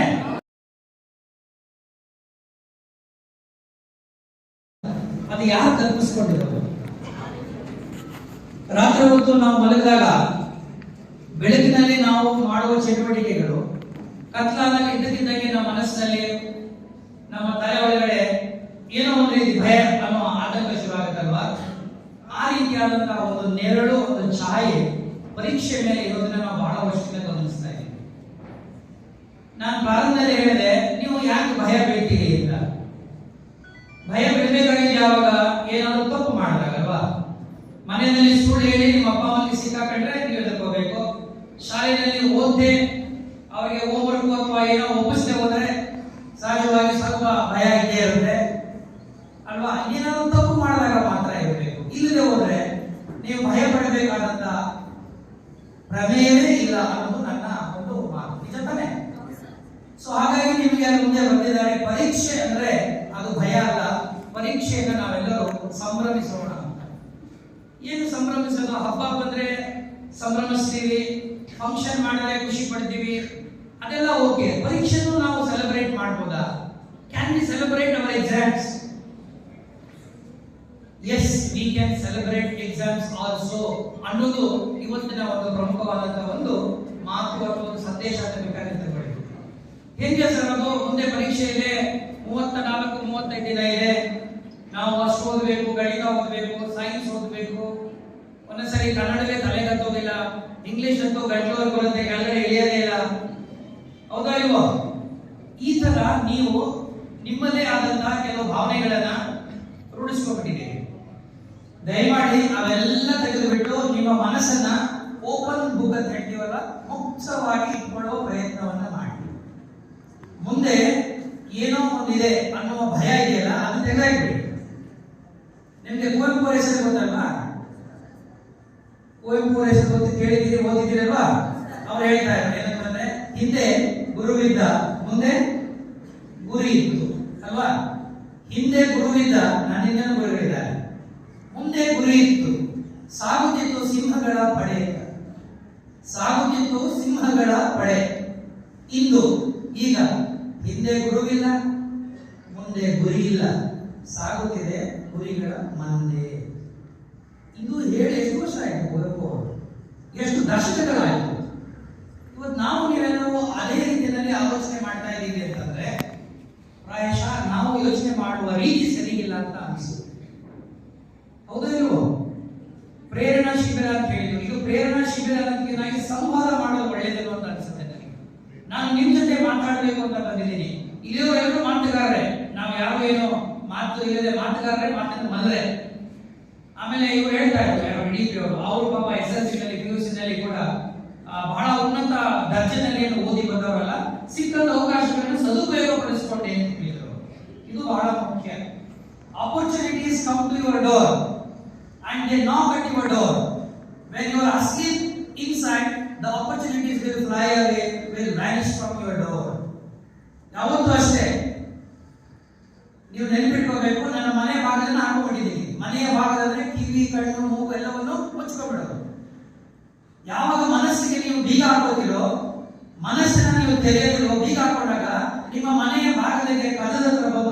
ಅವಕಾಶಗಳು ಕದ ತಟ್ಟುತ್ತವೆ. ಅವಕಾಶಗಳು ನಿಮ್ಮ ಮನೆಯ ಬಾಗಿಲಿಗೆ ಬಂದು, ನಿಮ್ಮ ಹೃದಯದ ಬಾಗಿಲಿಗೆ ಬಂದು, ನಿಮ್ಮ ಮನಸ್ಸಿನ ಬಾಗಿಲಿಗೆ ಬಂದು ಕದವನ್ನು ತಟ್ಟುತ್ತದೆ. ಆಗ ನಾವು ಜಾಗೃತರಾಗಿರಬೇಕು. ನೀವು ಆಗ ಜಾಗೃತರಾಗಿ ಎಚ್ಚರಿಕೆ ಇಲ್ಲದೆ ನಿದ್ದೆ ಮಾಡ್ತಾ ಕೂತ್ಕೊಂಡ್ರೆ ಆ ಅವಕಾಶಗಳು ಪಕ್ಕದ ಮನೆಗೆ ಹೋಗುತ್ತೆ ಅಷ್ಟೇ, ಇನ್ನೆಲ್ಲೂ ಹೋಗೋದಿಲ್ಲ. ಇನ್ನೊಬ್ಬರ ಹತ್ರ ಹೋಗುತ್ತೆ ಅಷ್ಟೇ, ಇನ್ನೊಬ್ಬರ ಹತ್ರ ಹೋಗುತ್ತೆ. ಹೌದಾನೆ? ನಾನು ಆ ಕ್ಷಣದಲ್ಲಿ, ಆ ಸಮಯದಲ್ಲಿ ಅಜಾಗರೂಕತೆಯಿಂದನೋ, ಬೇಜವಾಬ್ದಾರಿಯಿಂದನೋ, ಅಸಡ್ಡೆಯಿಂದನೋ, ನಿರ್ಲಕ್ಷ್ಯದಿಂದನೋ, ನಿದ್ದೆ ಮಾಡೋದ್ರಿಂದ, ಉಪೇಕ್ಷೆ ಮಾಡೋದ್ರಿಂದ ಇವತ್ತೇನಾಯ್ತು? ಅವಕಾಶ ತಗೋಬೇಕು. ಆದ್ದರಿಂದ ನಾನು ಹೇಳ್ತೀನಿ, ಬೈಬಲಲ್ಲಿ ಮಾತು ಬರುತ್ತೆ, when the door is knocked, knock the door and the door shall be opened. Knock the door and the door shall be opened. ಮನೆ ಬಾಗಿಲಿದ್ದಾಗ ಮನೆ ಬಾಗಿಲು ಮುಂದೆ ಬಂದು ನಾಕ್ ಮಾಡಿದರೆ ಒಳಗಡೆ ಬಾಗಿಲು ತೆಗೆಯಬೇಕು. ಹೌದಾ? ಹೊರಗಡೆ ಯಾರೋ ಬಂದಿದ್ದಾರೆ ಅಂತ ಗೊತ್ತಾಗೋದಿಲ್ಲ ಹೊರಗಡೆಯವರಿಗೆ. ಹಾಗಾಗಿ ಅವಕಾಶಗಳು ಬರುವುದನ್ನ ನಿರೀಕ್ಷೆಯಲ್ಲಿ ಇಟ್ಕೊಂಡಿರಬೇಕು ಅಂತ ನಾನು ನಿಮಗೆ ಹೇಳ್ತೇನೆ. ಆ ಅವಕಾಶ ಬಂದಾಗ ನೀವು ಎಚ್ಚರದಿಂದ ತೀರ್ಮಾನಗಳನ್ನ ಮಾಡ್ಕೋಬೇಕು. ಪರೀಕ್ಷೆ, ಭಯ, ಅವಕಾಶ ಇವೆಲ್ಲ ಸರಿ. ಸರ್, ಶಾಲೆಯಲ್ಲಿ ನಾನು ನಿಮ್ದು ರಿವ್ಯೂ ಮಾಡುವಾಗ ನೋಡ್ತಾನೆ 2 ವಿಷಯಗಳನ್ನ ಅವರು ನನಗೆ ಹೇಳ್ತಾ ಇದ್ದಾರೆ. ಒಂದು, ವಿದ್ಯಾರ್ಥಿಗಳ ತಂದೆ ತಾಯಿಯರಿಗೆ ಮಕ್ಕಳನ್ನ ಅವ್ರ ಮೇಲೆ ಒಂದು ರೀತಿಯಾದಂತಹ ನಿಯಂತ್ರಣ ಇಲ್ಲ ಅಂತ, ಅಥವಾ ಪೋಷಕರ ಅಸಹಕಾರ ಅಂತ ಪದ ಉಪಯೋಗಿಸಿದ್ದಾರೆ. ಯಾಕೆ ಮಕ್ಕಳಲ್ಲಿ ಒಂದಷ್ಟು ಕಡಿಮೆ ಪ್ರಮಾಣದಲ್ಲಿ ಓದ್ತಾ ಇದ್ದಾರೆ ಅಥವಾ ಕಡಿಮೆ ಅಂಕಗಳನ್ನು ಗಳಿಸ್ತಾ ಇದ್ದಾರೆ? ಪೋಷಕರ ಅಸಹಕಾರ ಅಂದ್ರೆ ತಂದೆ ತಾಯಿಗಳು ಹೆತ್ತವರು ಸಹಕಾರ ಕೊಡ್ತಾ ಇಲ್ಲ ಅಂತ ಒಂದು. ಇನ್ನೊಂದು, ಮಕ್ಕಳಲ್ಲಿ ನಿರಾಸಕ್ತಿ ಎಂಬ ಪದ ಉಪಯೋಗಿಸಿದೆ. ಡಿಸ್ಇಂಟ್ರೆಸ್ಟ್ ಅಮಾಂಗ್ ದ ಚಿಲ್ಡ್ರನ್, ಮಕ್ಕಳಲ್ಲಿ ಇಂಟ್ರೆಸ್ಟ್ ಇಲ್ಲ. ಎರಡನೇ ಪ್ರಶ್ನೆ ಉತ್ತರ ಮೊದಲು ಕೊಟ್ಬಿಡ್ತೀನಿ. If the children are not interested, it is not because of the child, it is because of the teachers. It is the duty of the teachers to make your class and lessons interesting for a child. And if you cannot make it, then there is something wrong in your attitude, in your approach, in your techniques, and in your teaching pedagogical skills. ಅದನ್ನ teachers ಅರ್ಥ ಮಾಡ್ಕೋಬೇಕು. ಒಂದು subject ಬಗ್ಗೆ ನನಗೆ ಆಸಕ್ತಿ ಬರಬೇಕು ಅಂದ್ರೆ, ನನಗೆ ಆ ಟೀಚರ್ ಮೇಲೆ ನನಗೆ ಹೆಚ್ಚು ಗೌರವ ಬರಬೇಕು ಅಂದ್ರೆ, ಆ ಟೀಚರ್ ಸಬ್ಜೆಕ್ಟ್ ಮೇಲೆ ನಮಗೆ ಪ್ರೀತಿಯನ್ನು ಹುಟ್ಟಿಸ್ತಾರೆ.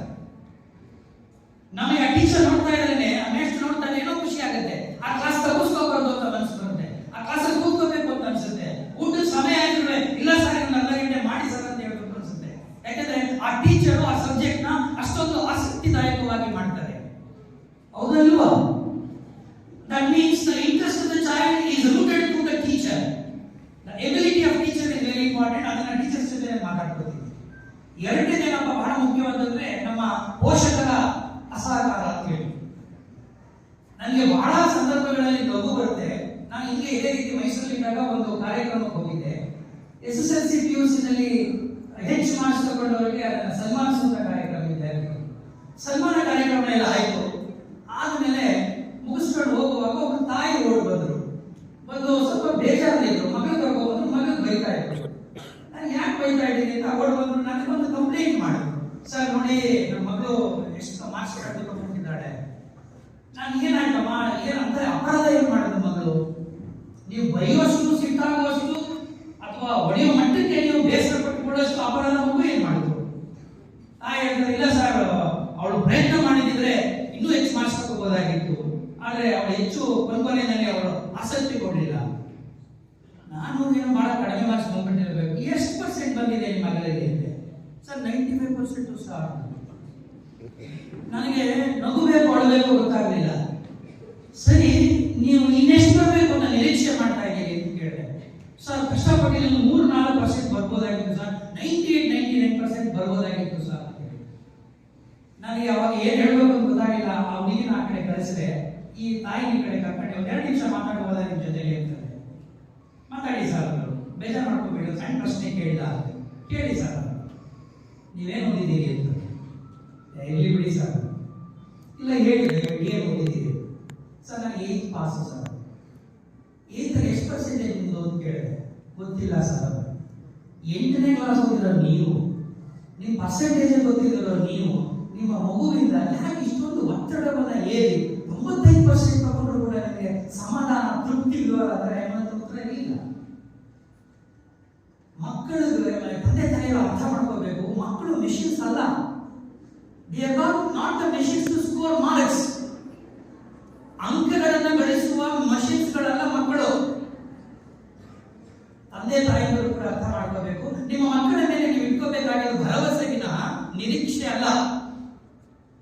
ನಿಮ್ಮ ಮಕ್ಕಳ ಮೇಲೆ ನಿಮ್ಗೆ ಇರಬೇಕಾಗಿಲ್ಲ ನಂಬಿಕೆ ವಿನಃ ಅತಿಯಾದ ನಿರೀಕ್ಷೆಗಳಾಗಬಾರದು.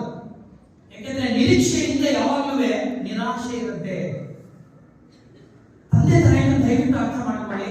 ನಿಮ್ಮ ಮಕ್ಕಳ ಮೇಲೆ ಅನಗತ್ಯವಾದ ಒತ್ತಡವನ್ನ ಹಾಕಬೇಡಿ. ಹಾಗಂದ್ಬಿಟ್ಟು ಅವ್ರನ್ನ ಲೂಸ್ ಬಿಟ್ಬಿಡಿ ಎಂದು ನಾನು ಹೇಳ್ತಾ ಇಲ್ಲ.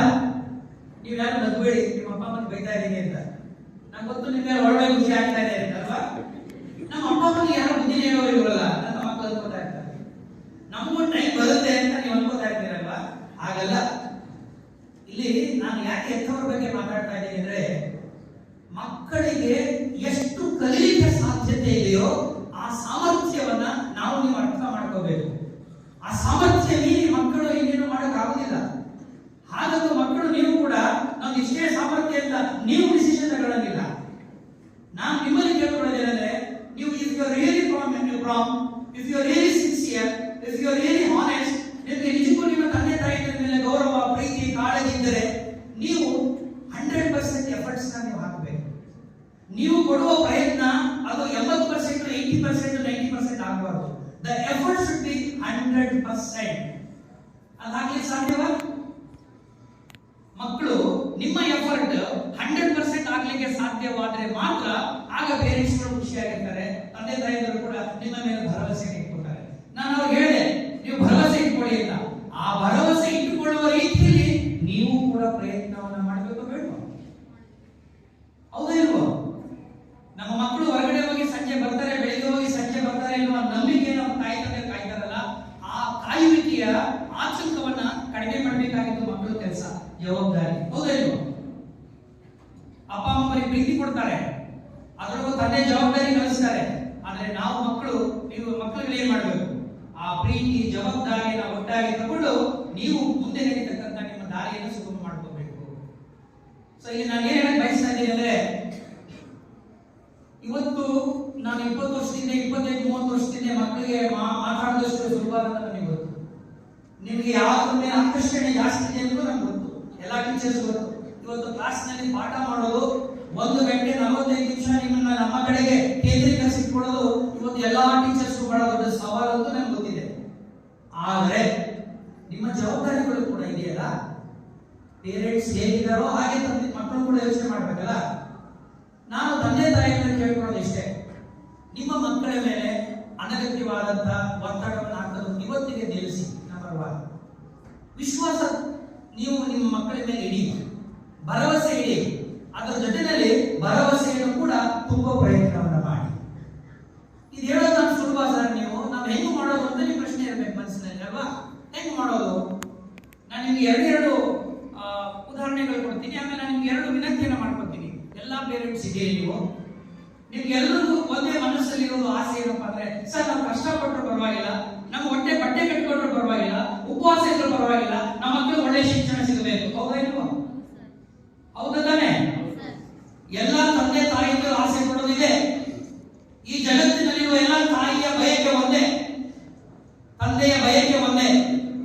ನನ್ನ ಮಕ್ಕಳು ನನಗಿಂತ ಚೆನ್ನಾಗಿರಬೇಕು, ನನಗಿಂತ ಚೆನ್ನಾಗಿ ಓದಿ ಮುಂದೆ ಬರಬೇಕು, ಸಮಾಜದಲ್ಲಿ ಒಳ್ಳೆಯ ಸ್ಥಾನಕ್ಕೆ ಬರಬೇಕು ಅನ್ನುವ ನಿರೀಕ್ಷೆ ಅವ್ರಿಗೆ ಇರುತ್ತೆ. ಆ ನಿರೀಕ್ಷೆ ಬರೀ ಇಟ್ಕೊಂಡ್ರೆ ಸಾಲದು. ಆ ನಿರೀಕ್ಷೆಗೆ ತಕ್ಕಾಗಿ ನೀವು ಕೂಡ ಮನೆಯಲ್ಲಿ ಒಂದು ವಾತಾವರಣವನ್ನು ಸೃಷ್ಟಿ ಮಾಡಬೇಕು. ಹೇಗೆ ಸೃಷ್ಟಿ ಮಾಡೋದಾದ್ರೆ, ಈಗ ನಿಮಗೆ ಇರೋದು 34-35 ದಿನ. ಈಗಾಗಲೇ ನಿಮ್ಮ ಮಕ್ಕಳು ಓದ್ತಾ ಇದ್ದಾರೆ, ನೀವು ಗಮನಿಸ್ತಾ ಇದ್ದೀವಿ. ನಿಮ್ಮ ಮಕ್ಕಳು ಎಲ್ಲಿ ಹೋಗ್ತಾರೆ, ಎಲ್ಲಿ ಬರ್ತಾರೆ, ಒಂದು ದಿನದಲ್ಲಿ ಎಷ್ಟು ಗಂಟೆ ಓದ್ತಾರೆ ಅನ್ನೋದು ಏನಾದರೂ ನೀವು ಗಮನಿಸಿದ್ದೀರಾ? ದಯವಿಟ್ಟು ಇವತ್ತಿಂದ ಗಮನಿಸಕ್ಕೆ ಶುರು ಮಾಡಿ. ಅಟ್ಲೀಸ್ಟ್ ಬೆಳಗ್ಗೆ ಒಂದು 2 ಗಂಟೆ, ರಾತ್ರಿ 3 ಗಂಟೆ ಹೇಳ್ತಾರೆ, 3-4 ಗಂಟೆ ಅಂತ ಹೇಳ್ತಾರೆ, ಅಷ್ಟೇ, ಜಾಸ್ತಿ ಹೇಳೋದಿಲ್ಲ ಅವರು. ದಿನಕ್ಕೆ ಒಂದು 3-4, 4-5 ಗಂಟೆ ನೀವು ಓದಿದ್ರೆ ಸಾಕು. ನಮ್ಮ ಮಕ್ಕಳು ಓದ್ತಾ ಇದ್ದಾರ, ನಮಗಾದ್ರೂ ನೀವು ಮಾನಿಟರ್ ಮಾಡಕ್ಕೆ ಸಾಧ್ಯನಾ? ನಮ್ಮ ತಂದೆ ತಾಯಿನಲ್ಲಿ ಏನ್ ಬಂದ್ಬಿಟ್ಟಿದೆ ಅಂದ್ರೆ, ನಮ್ಮಲ್ಲಿ ಒಂಥರ ಟೇಕನ್ ಫಾರ್ ಗ್ರಾಂಟೆಡ್, ಅತಿಯಾದ ಆತ್ಮವಿಶ್ವಾಸ ಇರಬೇಕು. ನಾವು ಶಾಲೆ ಕಳಿಸಿದ್ದೀವಿ ನಮ್ಮ ಮಕ್ಕಳನ್ನ, ಟೀಚರ್ಸ್ ಜವಾಬ್ದಾರಿ ಕಣ್ರಿ, ನಮ್ಮ ಜವಾಬ್ದಾರಿ ಅಲ್ಲ. ದಯವಿಟ್ಟು ಆ ರೀತಿಯ ಧೋರಣೆ ಇಟ್ಕೋಬೇಡಿ. ನಿಮ್ಮ ಜವಾಬ್ದಾರಿ ಮಕ್ಕಳನ್ನ ಶಾಲೆಗೆ ಕಳಿಸಿದ ತಕ್ಷಣ ನಿಂತು ಹೋಗೋದಿಲ್ಲ, ಅಲ್ಲಿಂದ ಪ್ರಾರಂಭ ಆಗುತ್ತೆ. ಹೆತ್ತವರ ಜವಾಬ್ದಾರಿ ಮಕ್ಕಳು ಶಾಲೆಗೆ ಹೋಗ್ಲಿಕ್ಕೆ ಪ್ರಾರಂಭ ಮಾಡ್ತಾರಲ್ಲ, ಅಲ್ಲಿಂದನೇ ಶುರು ಆಗುತ್ತೆ. ನಾವು ಇಲ್ಲ ಮನೆ ಮನೆಯಲ್ಲಿ ಸ್ವಲ್ಪ ತುಂಟ, ಇವಳು ಸ್ವಲ್ಪ ಮಾತು ಕೇಳೋದಿಲ್ಲ, ಸೋಂಬೇರಿ, ಅಥವಾ ಅದು ಇದು ಓದ್ಕೊಂಡು ಯಾಕೋ ಶಾಲೆಗೆ ಹೋಗ್ಬೇಡಿ, ಅಲ್ಲಿ ಮೇಷ್ಟ್ರುಗಳು ಯಾಕೋ ಮೇಡಮ್ಗಳೆಲ್ಲ ಹೇಳ್ಕೊಂಡು ಹೋಗ್ತಾರೆ ಅನ್ನುವಂಥ ಧೋರಣೆಯನ್ನ ಪೇರೆಂಟ್ಸ್ ಇಟ್ಕೊಳ್ಳೋಕೆ ಹೋಗಬಾರ್ದು. ಇದು ನಾನು ನಿಮಗೆ ಕೇಳ್ಕೊಳ್ಳೋದು. ಇನ್ನೊಂದು ಬಹಳ ಮುಖ್ಯವಾಗಿ ನಿಮಗೆ ಕೇಳ್ಕೊಳ್ಳೋದು, ನೀವೇನಾದ್ರೂ ಈ ಮಕ್ಕಳಿಗೆ ಪ್ರೀತಿಯಿಂದ ಉಡುಗೊರೆ ಕೊಡಬೇಕು ಅಂತಂದ್ರೆ, ಏನಾದ್ರೂ ಈ ಮಕ್ಕಳಿಗೆ ಪ್ರೀತಿಯಿಂದ ಗಿಫ್ಟ್ ಕೊಡಬೇಕು ಅಂತ ಅನ್ಸಿದ್ರೆ ಏನ್ ಕೊಡ್ಬೋದು ನೀವು? ಪೇರೆಂಟ್ಸ್ ಏನ್ ಕೊಡ್ಬೋದು? ಮಕ್ಕಳು ಏನ್ ನಿರೀಕ್ಷೆ ಮಾಡ್ಬೋದು? ಗಿಫ್ಟ್ ಅಂದ್ರೆ ಖುಷಿ ಆಗ್ಬಿಡುತ್ತಲ್ವಾ? ಏನೋ ಒಂದು ಗಿಫ್ಟ್ ಕೊಡ್ತಾರೆ ನಮ್ಮಪ್ಪ ನಮ್ಮಮ್ಮ,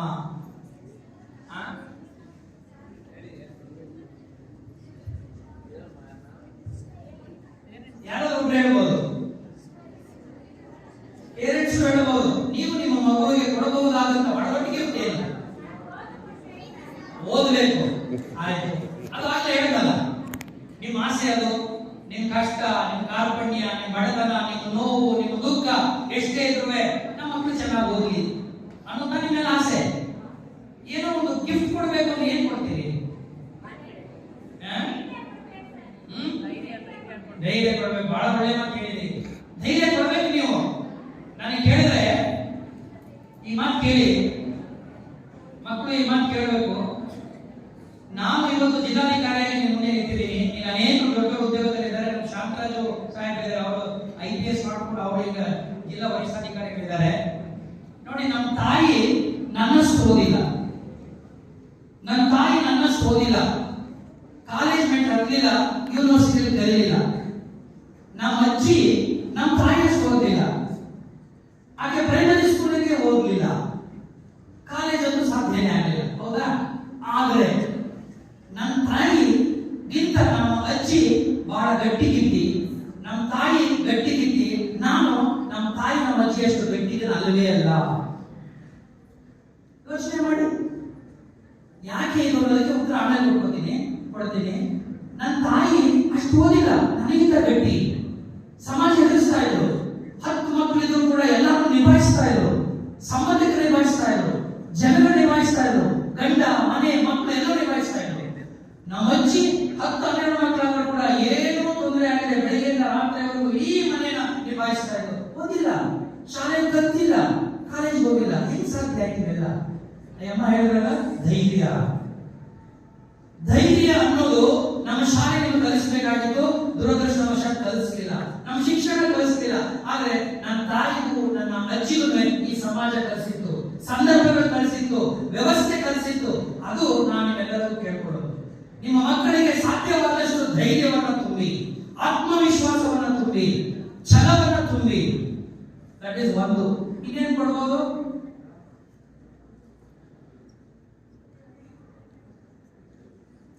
ನಾನು ಹೇಳ್ಬಿಡ್ತೀನಿ, ಎಲ್ಲಾ ಪೇರೆಂಟ್ಸ್ಗಳು ಕೈ ಮುಗಿದು ಕೇಳ್ಕೊತೀನಿ, ದಯಮಾಡಿ ನೀವು ನಿಮ್ಮ ಮಕ್ಕಳಿಗೆ ಒಂದಿಷ್ಟು ಟೈಮ್ ಕೊಡಿ. Please give time to your children. That is the biggest gift you can give it to child today. ಮಕ್ಕಳಿಗೆ ನೀವು ಟೈಮ್ ಎಷ್ಟು ಕೊಡ್ತೀರಿ? ನೀವು ಬೆಳಿಗ್ಗೆ ಹೊತ್ತು ನಿಮ್ಮ ಮಕ್ಕಳ ಜೊತೆ ಎಷ್ಟೊತ್ತು ಕಲಿತೀರಿ, ಸಂಜೆ ಹೊತ್ತು ನಿಮ್ಮ ಮಕ್ಕಳ ಜೊತೆ ಎಷ್ಟೊತ್ತು ಕಲಿತೀರಿ ಅನ್ನೋದು ಬಹಳ ಮುಖ್ಯ. ಇದು ನಾನು ಹೇಳ್ತಿಲ್ಲ, ರಾಬಿನ್ ಶರ್ಮಾ ಒಬ್ಬ ಮ್ಯಾನೇಜ್ಮೆಂಟ್ ಸ್ಪೆಷಲಿಸ್ಟ್ ಹೇಳ್ತಾನೆ. ಅವನು ಹೇಳಿದ ಮಾತು ನನಗೆ ಹೇಳ್ತಾ ಇದ್ದೀನಿ. ಅವನು ಟೈಮ್ ಅಂತ ಹೇಳ್ತಾನೆ, ನಾನು ಸೇರಿಸ್ಬಿಟ್ಟು ಹೇಳ್ತೀನಿ, ಆ ಟೈಮ್ ಅಲ್ಲ, ಕ್ವಾಲಿಟಿ ಟೈಮ್ ಕೊಡಿ ನಿಮ್ಮ ಮಕ್ಕಳಿಗೆ. My only request to parents, please give quality time. ಏನ್ ಸರ್ ಅಂತಂದ್ರೆ ಕ್ವಾಲಿಟಿ ಟೈಮ್ ಅಂದ್ರೆ ಏನು? ಮಕ್ಕಳು ಮನೆಯಲ್ಲಿ ಇರುವಾಗ ಒಂದು ಮಾತು ಫಸ್ಟ್ ಹೇಳಿದೆ, ಹೋಗುವಾಗ ಬರುವಾಗ ಮನೆಯಲ್ಲಿ ಇರುವಾಗ ಮಾನಿಟರ್ ಮಾಡಿ ನಿಮ್ಮ ಮಕ್ಕಳನ್ನ. ಪೊಲೀಸ್ ಕೆಲಸ ಮಾಡಬೇಡಿ, ಪ್ಲೀಸ್ ಡೋಂಟ್ ಡು ಪೊಲೀಸಿಂಗ್. ಮಕ್ಕಳ ಮೇಲೆ ಅನುಮಾನ ಮಾಡಬೇಡಿ, ಪೊಲೀಸ್ ಕೆಲಸ ಮಾಡಬೇಡಿ. ಮಾನಿಟರ್ ಮಾಡಿ, ಓದ್ತಾ ಇದ್ದಾರಾ, ಕರೆಕ್ಟ್, ನಿದ್ದೆ ಮಾಡ್ತಾ ಇದ್ದಾರಾ, ಅಮ್ಮ ಟೀ ಮಾಡ್ಕೊಡು, ನಿದ್ದೆ ಬರ್ತಾ ಇದೆ ಅಂತ ಹೇಳ್ಬಿಟ್ಟು ನೀವು ಹೋಗೋದ್ರೊಳಗಡೆ ಪುಸ್ತಕ ಮುಚ್ಚಿಟ್ಬಿಟ್ಟು ಬ್ಲಾಂಕೆಟ್ ಮುಚ್ಚಿಕೊಂಡು ಮಲಗಿಬಿಡ್ತಾರೆ. ಆಗುತ್ತೆ, ನಿದ್ದೆ ಬರಬಾರದು, ಯಾರಿಗಾಗುತ್ತೆ? ಬರೀ ನೋಡ್ಕೊಳ್ಳಿ, ಮಕ್ಕಳು ಸರಿಯಾದ ಟ್ರ್ಯಾಕ್ ಅಲ್ಲಿ ಇದ್ದಾರೆ ಅಂತ ಅಷ್ಟೇ ನೋಡ್ಕೋಬೇಕು ನೀವು. Parents should be there only as facilitators, not as parents. ನೀವು ಯಾರು ಕೂಡ ಆ ಪೇರೆಂಟ್ಸ್ ತಿಳ್ಕೋಬೇಕು, ನಿಮಗೆ ನಾನು ಅಪ್ಪ ಅಮ್ಮ ನಾನು ಹೇಳೋದು ಮಾತು ಕೇಳಬೇಕು ಅನ್ನುವ ಆಟಿಟ್ಯೂಡ್ ಇಟ್ಕೋಬೇಡಿ ಯಾವುದೇ ಕಾರಣಕ್ಕೂ. ಟೈಮ್ ಕೊಡಿ ಅಂದ್ರೆ please spend some time with your children. ಮಕ್ಕಳ ಜೊತೆ ಹೆಚ್ಚು ಕಾಲ ಕಳೀರಿ. ಅವ್ರು ಓದುವಾಗ ಅವ್ರ ಜೊತೆ ನೀವು ಸಾಕು. ನಿಮ್ಮ physical presence with the children will make a very big difference. ಹೌದಾ ಇಲ್ವಾ? ನಿಮ್ಮ ತಂದೆ ತಾಯಿಗಳು ಅಥವಾ ತಂದೆ ತಾಯಿಗಳು ನೀವು ನಿಮ್ಮ ಮಕ್ಕಳ ಜೊತೆಯಲ್ಲಿ 1 ಗಂಟೆ 1-2 ಗಂಟೆ ಕಳೆಯಕ್ಕೆ ಸಾಧ್ಯವಾಗದಾದ್ರೆ that is the biggest gift you can give to your children. ಇದು ನಂಬರ್ 1. ಇನ್ನೊಂದು ನಾನು ಎಂತವರಿಗೆ ಬಹಳ ಕಳಕಳಿಯಿಂದ ಕೇಳ್ಕೊಳ್ಳೋದು, ನೀವೆಲ್ಲರೂ ಮನೆಯಲ್ಲಿ ಟಿವಿ ಇದೆಯಾ? ನೀವೆಲ್ಲರೂ ಈ ಮೊಬೈಲ್ ಇದೆಯಾ? ಎಲ್ಲ ತಂದೆ ತಾಯಿ ಕೈ ಮುಗಿದು ಕೇಳ್ಕೊತೀನಿ, ಈ ಹಾಳಾದ ಸೀರಿಯಲ್ಗಳು ನೋಡಿ ನೀವು ಹಾಳಾಗಬೇಡಿ. ಹೌದಾ?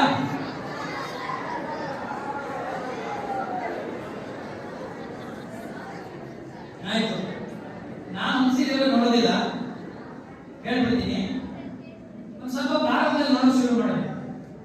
1-2 ಸೀರಿಯಲ್ ಬಿಗಿನಿಂಗ್ ನಲ್ಲಿ ಈ ಹೆಣ್ಮಕ್ಳ ಮೇಲೆ ಗೌರವವನ್ನು ಮಾಯಾಗೋಗಿ ಶುರು ಆಗ್ತದೆ. ಕೆಟ್ಟ ಸೀರಿಯಲ್ ತೆಗೆಯುತ್ತೆ. ನಿಮ್ಮ ತಾಯಿ ಒಳ್ಳೆಯವರಲ್ಲ, ನಿಮ್ಮ ಅಕ್ಕ ಒಳ್ಳೆಯವರಲ್ಲ, ನಿಮ್ಮ ಅತ್ತೆನೂ ಒಳ್ಳೆಯವರಲ್ಲ, ನಿಮ್ಮ ಆಂಟಿ ಯಾರು ಒಳ್ಳೆಯವರಲ್ಲ, ಎಲ್ಲ ವಿಲನ್ಗಳನ್ನ ತೋರಿಸೋಕೆ ಶುರು ಮಾಡಿಬಿಟ್ಟು. ಅಂದ್ರೆ ವಿಲನ್ಗಳನ್ನ ಮನೆ ಒಳಗಡೆ ಬಂದು ಅಡಿಗೆ ಮನೆ ಬಂದು ತಾಯಿ ಒಳಗಡೆ ಕೂತ್ಕೊಳ್ಳೋಕೆ ಶುರು ಮಾಡಿಬಿಟ್ಟು. ಸೊ ನಾನು ಕೇಳ್ಕೊಳ್ಳೋದು ಇಷ್ಟೇ, ದಯವಿಟ್ಟು 1 ತಿಂಗಳು 1.5 ತಿಂಗಳು ಪೇರೆಂಟ್ಸ್ಗಳು ಮಕ್ಕಳು ಈ ಟಿವಿ ಮತ್ತು ಮೊಬೈಲ್ ಅನ್ನ say no to TV and mobile for at least 1 month. You are doing great justice to your children. ಮಾಡಕ್ಕೆ ಸಾಧ್ಯನಾ? ಇದು ಒಂದು ಸಣ್ಣ ತ್ಯಾಗ ಮಾಡಬೇಕು ನೀವು. It is a small sacrifice. ಆ ಸೀರಿಯಲ್ಗಳಿಂದ ಏನೂ ಆಗುದಿಲ್ಲ, ಮತ್ತೆ ಏನೇನೋ ನೀವು ಮೊಬೈಲ್ ಇಟ್ಕೊಳ್ಳೋದ್ರಿಂದ ಸತ್ಯವಾಗಿ ಹೇಳ್ತೀನಿ, ನಿಮ್ಮ ಆರೋಗ್ಯ ಹಾಳಾಗುತ್ತೆ, ಮನಃಶಾಂತಿ ಹಾಳಾಗುತ್ತೆ ವಿನ ನೀವು ಯಾವುದೇ ರೀತಿಯಲ್ಲಿ ಒಳ್ಳೆಯದಾಗುವುದಿಲ್ಲ. ದಯವಿಟ್ಟು say no to TV and mobile at least till your children complete their SSLC examinations. ಇದು ನೀವು ಮಾಡಕ್ಕೆ ಸಾಧ್ಯವಾಗದಾದ್ರೆ ನಿಮ್ಮ ಮಕ್ಕಳ ಒಂದು ಭವಿಷ್ಯದಲ್ಲಿ ಬಹಳ ದೊಡ್ಡ ಪವಾಡವನ್ನು ನೀವು ಸೃಷ್ಟಿ ಮಾಡ್ತೀರಿ. A miracle can definitely happen, and this has happened in the lives of many people, and this has happened in the life of my own life.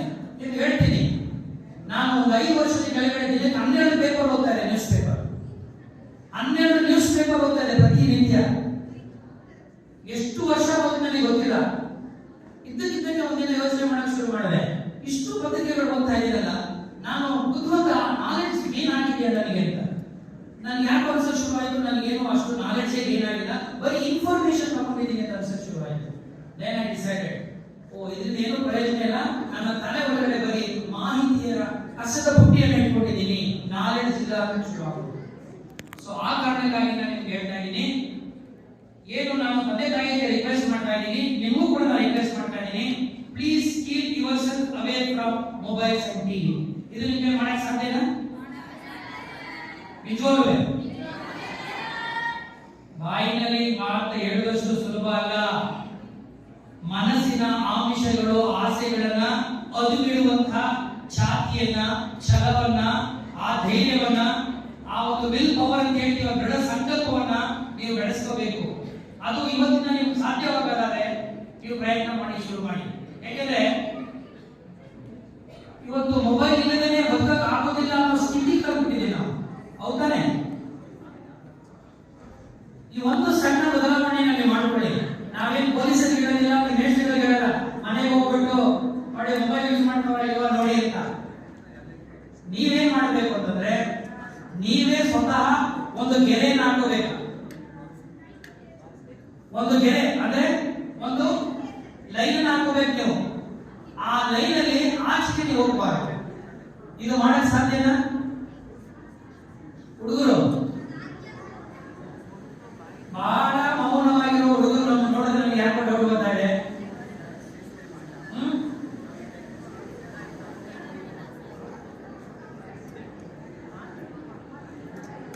ನಾನು ನಿಮ್ಮ ರಿಸಲ್ಟ್ ನೋಡ್ತಾ ಇರುವಾಗ ನನಗೆ ಅನ್ಸಿದ್ದು ಏನಪ್ಪ ಅಂತಂದ್ರೆ, ಹುಡುಗರಲ್ಲಿ ಸ್ವಲ್ಪ ರಿಸಲ್ಟ್ ಸಂಖ್ಯೆ ಕಡಿಮೆ ಇದೆ.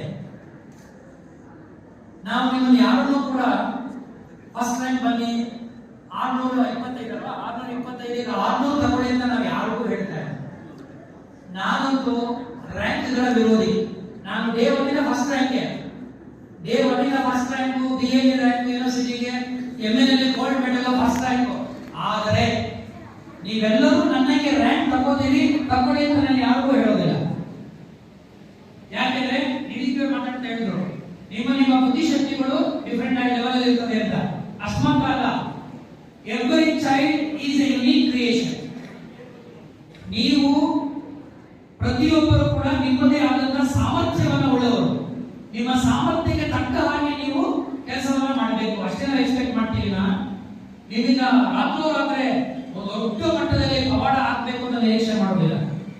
ಹುಡುಗರುಗಳು ಗಮನಿಸಿದಾಗ ನಿಮ್ಗೆ ಅನಿಸ್ಬೋದು, ಏನ್ ಸರ್ ನೀವು ನಮ್ಗೇನು ಹೇಳ್ತಾನೆ ಇಲ್ಲ, ನಾವು ಸೈಲೆಂಟ್ ಆಗಿ ಕೂತ್ಬಿಟ್ಟಿದೀವಿ ಅಂತ. ಆಗಿಂದ ಗಮನಿಸ್ತಾ ಇದ್ದೀನಿ, ನೀವು ಹುಡುಗರಲ್ಲಿ ಯಾಕೋ ಗೊತ್ತಿಲ್ಲ, ಉತ್ಸಾಹ ಕಡಿಮೆ ಅನ್ಸುತ್ತೆ ಅಲ್ವಾ? ಯಾಕೆ? ಈ 3 ಇಂಗ್ರೀಡಿಯೆಂಟ್ಸ್ ನಿಮ್ಮಲ್ಲಿ ಇರುತ್ತೆ, ಪ್ರತಿಯೊಬ್ಬರಿದೆ. Every child has got, every student has got these 3 ingredients. ಪ್ರತಿಯೊಬ್ಬರಲ್ಲೂ ಇದೆ. ಏನಪ್ಪಾ ಅಂದ್ರೆ, ಒಂದು ಆಸಕ್ತಿ, ಇಂಟ್ರೆಸ್ಟ್, ಅದನ್ನ ಆಕ್ಟಿಟ್ಯೂಡ್ ಅನ್ನ ಬೇಕಾದ್ರೆ ಕರ್ಕೊಳ್ಳಿ. ಎರಡನೇದು ಕುತೂಹಲ. ಕುತೂಹಲ ಅಂದ್ರೆ ಗೊತ್ತಲ್ವಾ? ಕ್ಯೂರಿಯಾಸಿಟಿ. ಮೂರನೇದು ಆ 3 ನಿಮ್ಮಲ್ಲಿದೆ. ಒಂದು ಇಂಟ್ರೆಸ್ಟ್ ಇದೆ, ಒಂದು ಕುತೂಹಲ ಇದೆ, ಇನ್ನೊಂದು ನಿಮಗೆ ಈಗ ಸ್ಫೂರ್ತಿ, ಪ್ರೇರಣೆ ಹೇಳ್ತಾರಲ್ಲ, ಪ್ರೇರಣಾ ಒಂದು ಶಿಕ್ಷಕರ ಅಂತ ಹೇಳಿದ್ರಲ್ಲ, ಒಂದು ಇನ್ಸ್ಪಿರೇಷನ್ ಕೂಡ ನಿಮ್ಮಲ್ಲಿದೆ. ಈ 3 ನಿಮ್ಮಲ್ಲಿ ಇರೋದೇನಪ್ಪ ಅಂದ್ರೆ they are the ingredients of a student. ಅದನ್ನ ನಾವು ಬಳಸಿಕೊಳ್ಳೋ ಕೆಲಸವನ್ನ ಮಾತ್ರ ನಾವು ಮಾಡಬೇಕು. ಅರ್ಥ ಆಗ್ತಾ ಇದೆಯಾ ಹುಡುಗರು? ಅರ್ಥ ಆಗ್ತಾ ಇದೆಯಾ? ನಿಮ್ಗೆ ಒಂದು ಸಣ್ಣ ಎಕ್ಸಾಂಪಲ್ ಹೇಳಿ ನಾನು ಮಾತು ಮುಗಿಸ್ಬಿಡ್ತೀನಿ. ಯಾರು ಬೇಜಾರಾಗ್ತಾ ಇದ್ರೆ ಈಗ ಸ್ಟಾಪ್ ಮಾಡ್ತೀನಿ. ನೀವು ಅಬ್ರಾಹಂ ಲಿಂಕನ್ ಹೆಸರು ಕೇಳಿದ್ದೀರಾ? ಯಾರು?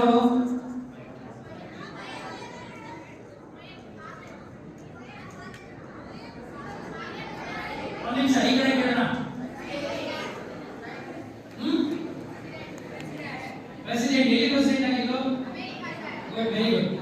ನೋಡಿ, ಈಗ ಒಬ್ಬರು ಹೇಳ್ತಾ ಇದ್ದಾರೆ ಅಂದ್ರೆ ಅಮೆರಿಕಾದಲ್ಲಿ ಪ್ರೆಸಿಡೆಂಟ್ ಆಗಿದ್ದವರು ಅಬ್ರಾಹಂ ಲಿಂಕನ್ ಅಂತ. ಹೌದಾ? ಅವರ ಜೀವನದ ಬಗ್ಗೆ ಕೇಳಿದ್ರೆ ನಿಮ್ಗೆ ಆಶ್ಚರ್ಯ ಆಗ್ಬಿಡ್ತದೆ.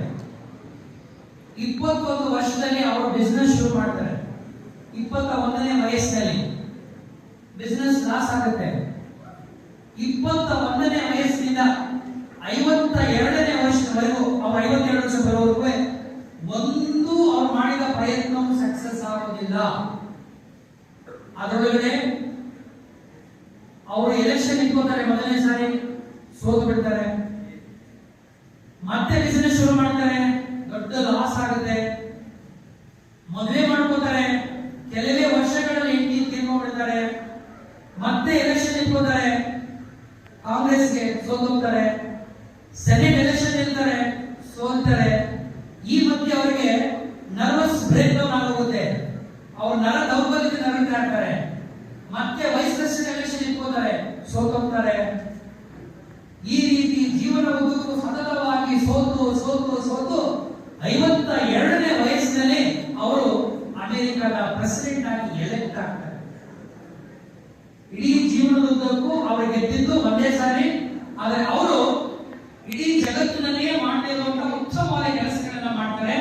ಇವತ್ತು ನಾವು ನೆನೆಸ್ಕೊತಾ ಇದ್ದೀವಿ ಅಂತಂದ್ರೆ ಅವ್ರು ಇಷ್ಟೆಲ್ಲ ವೈಫಲ್ಯಗಳ ನಡುವೆಯೂ ಕೂಡ ಬಹಳ ದೊಡ್ಡ ಹೆಸರನ್ನ ಜಗತ್ತಿನಲ್ಲಿ ಅವರು ಮಾಡ್ತಾರೆ.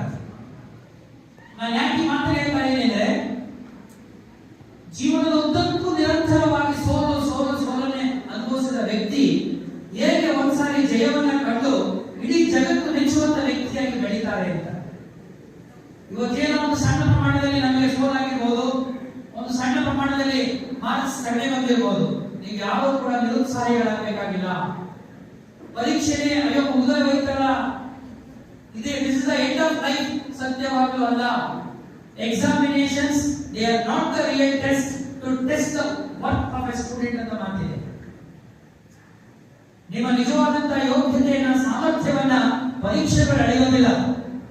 ನೀವು ಹೇಗೆ ನಡ್ಕೋತೀರಿ, ಸಮಾಜದಲ್ಲಿ ಹೇಗಿರ್ತೀರಿ ಅನ್ನೋದ್ರ ಮೇಲೆ ನಿಮ್ಮ ಯೋಗ್ಯತೆ, ನಿಮ್ಮ ಸಾಮರ್ಥ್ಯ, ನಿಮ್ಮ ಒಳ್ಳೆತನವನ್ನ ಈ ಸಮಾಜ ಗುರುತಿಸುತ್ತೆ. ಸೊ ಆ ಕಾರಣದಿಂದ ನಾನು ವಿದ್ಯಾರ್ಥಿಗಳಲ್ಲಿ ಮತ್ತು ನಿಮ್ಮಲ್ಲಿ ಎಲ್ಲರಿಗೂ ಕೇಳ್ಕೊಳ್ಳಿ ಏನಪ್ಪಾ ಅಂದ್ರೆ, ನಿಮಗೆ ಕೊಟ್ಟಿರುವ ಜವಾಬ್ದಾರಿಯನ್ನ ಚಾಚು ತಪ್ಪದೆ ನಿರ್ವಹಿಸಿ. ನಿರಾಶರಾಗಬೇಡಿ. ಕಡಿಮೆ ಮಾರ್ಕ್ಸ್ ಬಂದಿದೆ, ಇನ್ನೊಂದು ಅವಕಾಶ ಇದೆ. ನೀವು ವಿದ್ಯುತ್ನಲ್ಲಿ ಒಳ್ಳೆ ರಿಸಲ್ಟ್ ತಗೊಂಡಿದ್ದೀರಿ ಅಂತ ನಿಮಗೆ ಈಗ ಮೊದಲೇ ಪ್ರಿಪರೇಟರಿ ಎಕ್ಸಾಮ್ ಮಾಡಿದ್ದೀರಿ, ಅದು ಚೆನ್ನಾಗಿ ಮಾಡಿದ್ದೀರಿ ಎಲ್ಲರೂ. ಇನ್ನೂ 2 ಪ್ರಿಪರೇಟರಿ ಎಕ್ಸಾಮ್ ಇದೆ. ಈ 2 ಪ್ರಿಪರೇಟರಿ ಎಕ್ಸಾಮ್ ನಿಮ್ಮ ಮನೆ ಮುಂದೆ ಬಂದಿರತಕ್ಕಂಥ ಅವಕಾಶ. ಈ 1 ತಿಂಗಳಲ್ಲಿ ನೀವು ಒಂದಷ್ಟು ಸಣ್ಣ ಬದಲಾವಣೆಯನ್ನ ಮಾಡ್ಕೊಂಡಿದ್ದಾರೆ. ನಿಮ್ಮ ಅಪ್ರೋಚ್ ಅಲ್ಲಿ, ನಿಮ್ಮ ಧೋರಣೆಯಲ್ಲಿ ತಂದೆ ತಾಯಿಯಂದರು ಪೂರಕವಾದ ವಾತಾವರಣ ಸೃಷ್ಟಿ ಮಾಡಿದ್ರೆ ನನಗನ್ಸುತ್ತೆ ನಮ್ಮ ಜಿಲ್ಲೆಯ ಈ ಕೆಜಿಎಫ್ ತಾಲೂಕಿನ ಮಕ್ಕಳು ಈ ಬಾರಿ ಅತ್ಯುತ್ತಮವಾದ ಫಲಿತಾಂಶವನ್ನು ಪಡಿತಾರೆ. ಆ ಮೂಲಕವಾಗಿ ಅವರ ತಂದೆ ತಾಯಿ ಮತ್ತು ಟೀಚರ್ಸ್ ಗಳಿಗೆ ಈ ಜಿಲ್ಲೆಗೆ ಅತ್ಯಂತ ಹೆಚ್ಚಿನ ಗೌರವ ಮರ್ಯಾದೆಯನ್ನ ತಂದುಕೊಡ್ತಾರೆ ಅಂತ ನಂಬಿಕೆ ನನಗಿದೆ. ಇಟ್ಕೋಬೋದ ನಂಬಿಕೆನಾ?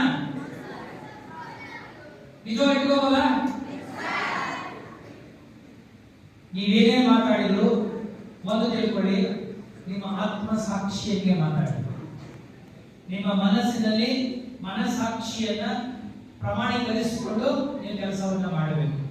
ನೀವು ಯಾವ ದೇವರು ನಂಬ್ತಿರೋ ನನಗೆ ಗೊತ್ತಿಲ್ಲ, ಆದ್ರೆ ನಿಮ್ಮ ದೇವರ ಸಹಾಯ ಬರಬೇಕು ಅಂದ್ರೆ ನಿಮ್ಮಲ್ಲಿ ಆತ್ಮವಿಶ್ವಾಸ ಮತ್ತು ನಿಮ್ಮಲ್ಲಿ ಆ ಆತ್ಮ ಒಂದು ಪರಿಶೋಧನೆ ಆಗಬೇಕು. ಆತ್ಮ ಪರಿಶೋಧನೆ ಆಗಿ ಆತ್ಮ ಸಾಕ್ಷಿಯ ಬಗ್ಗೆ ನೀವು ಗೌರವ ಇಟ್ಕೊಂಡಿದ್ದಾರೆ. ಬಹುಶಃ ನನಗನ್ಸುತ್ತೆ ಈ ಪರೀಕ್ಷೆ ಏನೇನೂ ಕಷ್ಟ ಅಲ್ಲ. ಎಂತೆಂತೋ ಪರೀಕ್ಷೆಗಳು ಜೀವನದಲ್ಲಿ ಬರ್ತದೆ. ಆ ಪರೀಕ್ಷೆಗಳನ್ನ ಎದುರಿಸೋಣ, ಈ ಪರೀಕ್ಷೆ ನನ್ನ ಕೇಳಿದ್ರೆ ಯಾವುದೇ ರೀತಿಯಲ್ಲೂ ಕೂಡ ಕಬ್ಬಿಣದ ಕಡಲೆ ಆಗಲಿಕ್ಕೆ ಸಾಧ್ಯವಿಲ್ಲ. ನಮ್ಮ ಅಪ್ರೋಚ್, ನಮ್ಮ ಆಲೋಚನೆ, ನಮ್ಮ ಪ್ರಯತ್ನಗಳು ಪೂರಕವಾಗಿದ್ರೆ ಮತ್ತು ಆ ಪ್ರಯತ್ನಗಳು ಸಕಾರಾತ್ಮಕವಾಗಿದ್ರೆ ಎಷ್ಟು ರಿಸಲ್ಟ್ ನೀವು ಎಕ್ಸ್ಪೆಕ್ಟ್ ಮಾಡ್ತೀರೋ ಅಷ್ಟು ರಿಸಲ್ಟ್ ನಿಮ್ಮ ಮನೆ ಬಾಗಿಲಿಗೆ ಬರ್ತಾರೆ. ಸೊ ಇದನ್ನ ನೀವೆಲ್ಲರೂ ಗಮನದಲ್ಲಿ ಇಟ್ಕೋಬೇಕು ಅಂತ ಹೇಳ್ತಾ ಒಂದು ಮಾತು ಹೇಳಿ ನಿಮ್ಗೆ ಮುಗಿಸ್ಬಿಡ್ತೀನಿ ಕೊನೆಗೆ. ನೀವು ನಾಳೆ SSC ಮಾಡಿಕೊಂಡು ಒಳ್ಳೆ ಪರ್ಸೆಂಟೇಜ್ ತಗೊಂಡು PUC ಮಾಡಿ ಡಾಕ್ಟರ್, ಇಂಜಿನಿಯರ್, ಲಾಯರ್, ಆಫೀಸರ್ ಏನ್ ಬೇಕಾದ್ರೂ ನೀವು ಆಗ್ಬೋದು. ಬಟ್ ಒಂದು ತಿಳ್ಕೊಳ್ಳಿ, ನೀವೆಷ್ಟೇ ದೊಡ್ಡ ಡಾಕ್ಟರ್ ಆಗಿ, ಇಂಜಿನಿಯರ್ ಆಗಿ, ಲಾಯರ್ ಆಗಿ, ಆಫೀಸರ್ ಆಗಿ ನೀವು ಒಳ್ಳೆ ವ್ಯಕ್ತಿ ಆಗದೆ ಹೋದ್ರೆ ಅದರಿಂದ ಏನೇನೂ ಪ್ರಯೋಜನವಿಲ್ಲ. Please understand, however big the doctor you may become, however big the advocate you may become, but if you are not going to become a good human being, it's of no use at all. ಇದನ್ನು ಯಾವತ್ತೂ ತಿಳ್ಕೊಳ್ಳಿ. ನಾನು ಬಹಳ ಸಾರಿ ಹೇಳ್ತೀನಿ, ಇವತ್ತು ಇಲ್ಲಿ ಓದ್ಬಿಡ್ಬೋದು, America, England ಅನೇಕ ಜೊತೆ ಮಾತಾಡ್ತೀನಿ, ಹೇಳ್ತೀನಿ ಅವ್ರಿಗೆ, ಅಲ್ಲಪ್ಪ ನಿನ್ನ ತಾಯಿ ಕಷ್ಟಪಟ್ಟು ನರಳ್ತಾ ಇದ್ದಾರೆ, ನಿಮ್ಮ ಅಜ್ಜಿ ನರಳ್ತಾ ಇದ್ದಾರೆ, ನೀನು ಅಮೆರಿಕಾದಲ್ಲಿ ನಂಬರ್ 1 ಡಾಕ್ಟರ್, ಇಂಗ್ಲೆಂಡ್ ಅಲ್ಲಿ number 1 engineer, Australia number 1 doctor, but ನರಳ್ತಾ ಇರೋ ತಾಯಿಗೆ ಟ್ರೀಟ್ಮೆಂಟ್ ಮಾಡಿ ನಮಗೆ ಆಗ್ತಾ ಇಲ್ಲ. ಯಾವ ಸುತ್ತಕ್ಕೆ ತಾಯಿ ಮಗನನ್ನ ಓದಿಸಿ ಅಮೆರಿಕಕ್ಕೆ ಮಾರಾಟ ಮಾಡ್ಬೇಕಾಗಿತ್ತ? ಅಂತ ಮಕ್ಕಳು ಇದ್ರೆ ಇದ್ದೇವ್ರಿ. ನೀವು ದೊಡ್ಡ ಡಾಕ್ಟರ್ ಆಗಿ ಇಷ್ಟು ಹಣ ಸಂಪಾದನೆ ಮಾಡಿದ್ರೆ ಯಾವ ತಂದೆ ನಿರೀಕ್ಷೆ ಮಾಡೋದಿಲ್ಲ. ಅವ್ರು ಹಿಂಗೆ ನಾನು ಕೇಳ್ಕೊಂಡೆ, ನಿಮ್ಮ ಜೊತೆ ಪರೀಕ್ಷೆ ಬರೆಯುವಾಗ ಅವ್ರು ನಿಮ್ಮ ಜೊತೆ ಇರಬೇಕು ಅಂತ ನಾನು ನಿಮ್ಮಲ್ಲಿ ಕೇಳ್ಕೊತೀನಿ. ಓದ ತಕ್ಷಣ, ವಿದ್ಯೆ ಬಂದ ತಕ್ಷಣ, ಅಧಿಕಾರ ಬಂದ ತಕ್ಷಣ ಅಹಂಕಾರವನ್ನ ಬೆಳೆಸ್ಕೋಬೇಡಿ. ವಿದ್ಯೆ ಯಾವತ್ತು ವಿನಯವನ್ನ ಬೆಳೆಸಬೇಕೇ ವಿನಃ ವಿದ್ಯೆ ನಮ್ಮನ್ನ ಯಾವತ್ತು ಅಹಂಕಾರವನ್ನ ಬೆಳೆಸಬಾರದು. ಇದನ್ನ ನೀವು ಗಮನದಲ್ಲಿಟ್ಕೊಂಡು ನಿಮ್ಮ ಸಾಮರ್ಥ್ಯಕ್ಕೆ ಅನುಗುಣವಾಗಿ ಧೈರ್ಯವಾಗಿ ಪರೀಕ್ಷೆಯನ್ನ ಬರೀರಿ. ಪರೀಕ್ಷೆಗೆ ನಿಮ್ಮ ಭಯ ಇರಬೇಕೇ ವಿನಃ ನಿಮಗೆ ಪರೀಕ್ಷೆಯ ಭಯವಿರಬಾರದು. ಹೌದಲ್ವಾ? ಒಪ್ಕೋತೀನಿ, ಎಕ್ಸಾಮ್ ಇದ್ದಾಗ ಒಂದು ಸಣ್ಣ ಮಟ್ಟದಲ್ಲಿ ಒಂದು ಚೂರು ಭಯ ಇರಬೇಕು. ಆ ಭಯ ನಿಮ್ಮ ಕಂಟ್ರೋಲ್ ಇರಬೇಕು, ನೀವು ಭಯದ ಕಂಟ್ರೋಲ್ ಇರಬಾರ್ದು.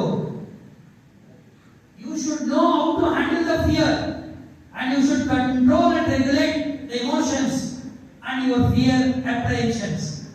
Don't never ever allow your fear to control you. ನಿಮ್ಮ ಮೇಲೆ ಅವು ಸವಾರಿ ಮಾಡದಿರುವಾಗೆ ನೋಡ್ಕೋಬೇಕಾದ ಜವಾಬ್ದಾರಿ ನೀವು. ಹಾಗಾಗಿ ನೀವೆಲ್ಲರೂ ಈ ಆತ್ಮವಿಶ್ವಾಸದಿಂದ ಪರೀಕ್ಷೆಯನ್ನು ಈ ವರ್ಷ ಬರೆದು ನಿಮಗೆ ಸಮಾಧಾನ ಆಗಬೇಕು, ನಿಮ್ಮ ತಂದೆ ತಾಯಿಯರಿಗೆ ತೃಪ್ತಿ ಆಗಬೇಕು, ನಿಮ್ಮ ಟೀಚರ್ಸ್ ಗಳಿಗೆ ಪಾಠ ಮಾಡಿದಾಗ ಅವರಿಗೆ ಸಂತೃಪ್ತಿ ಆಗುವಂತ ಒಂದು ಫಲಿತಾಂಶವನ್ನು ಈ ಬಾರಿ ತಗೋಬನ್ನಿ ಅಂತ ಹೇಳ್ತಾ, ಇವತ್ತಿನ ಈ ಸಂದರ್ಭದಲ್ಲಿ ನನ್ನನ್ನ ನೀವು ಇಷ್ಟೊತ್ತು ನನ್ನ ಮಾತನ್ನ ಕೇಳಿದಕ್ಕೆ, ನನ್ನನ್ನ ಸಹಿಸಿಕೊಂಡಿದ್ದಕ್ಕೆ ಎಲ್ಲರಿಗೂ ನಮಸ್ಕಾರ.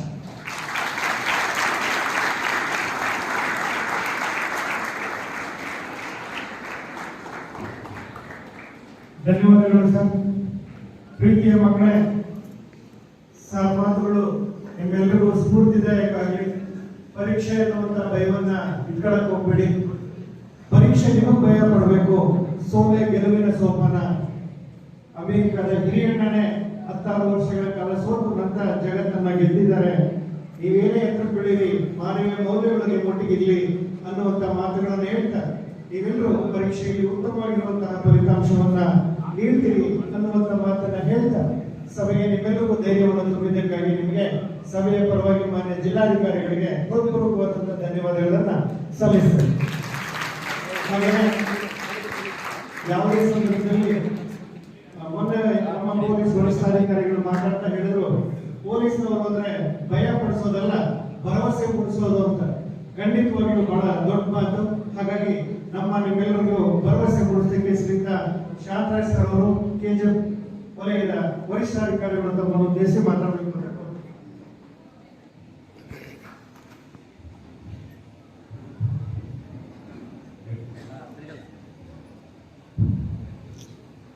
ಸಾರ್ವಜನಿಕ ಶಿಕ್ಷಣ ಇಲಾಖೆ ವತಿಯಿಂದ ವಿಜಯ್ ಭವ ಕಾರ್ಯಕ್ರಮ, ಈ ಒಂದು ಕಾರ್ಯಕ್ರಮನ ವೇದಿಕೆಗಳನ್ನು ಅಲಂಕರಿಸಿರ್ತಕ್ಕಂಥ ಮಾನ್ಯ ಜಿಲ್ಲಾಧಿಕಾರಿ ಸಾಹೇಬ್ರೆ ಹಾಗೂ ಎಲ್ಲ ಕಡೆ ವೇದಿಕೆ ಮುಂಭಾಗಿರ್ತಕ್ಕಂಥ ಎಲ್ಲ ಕಡೆ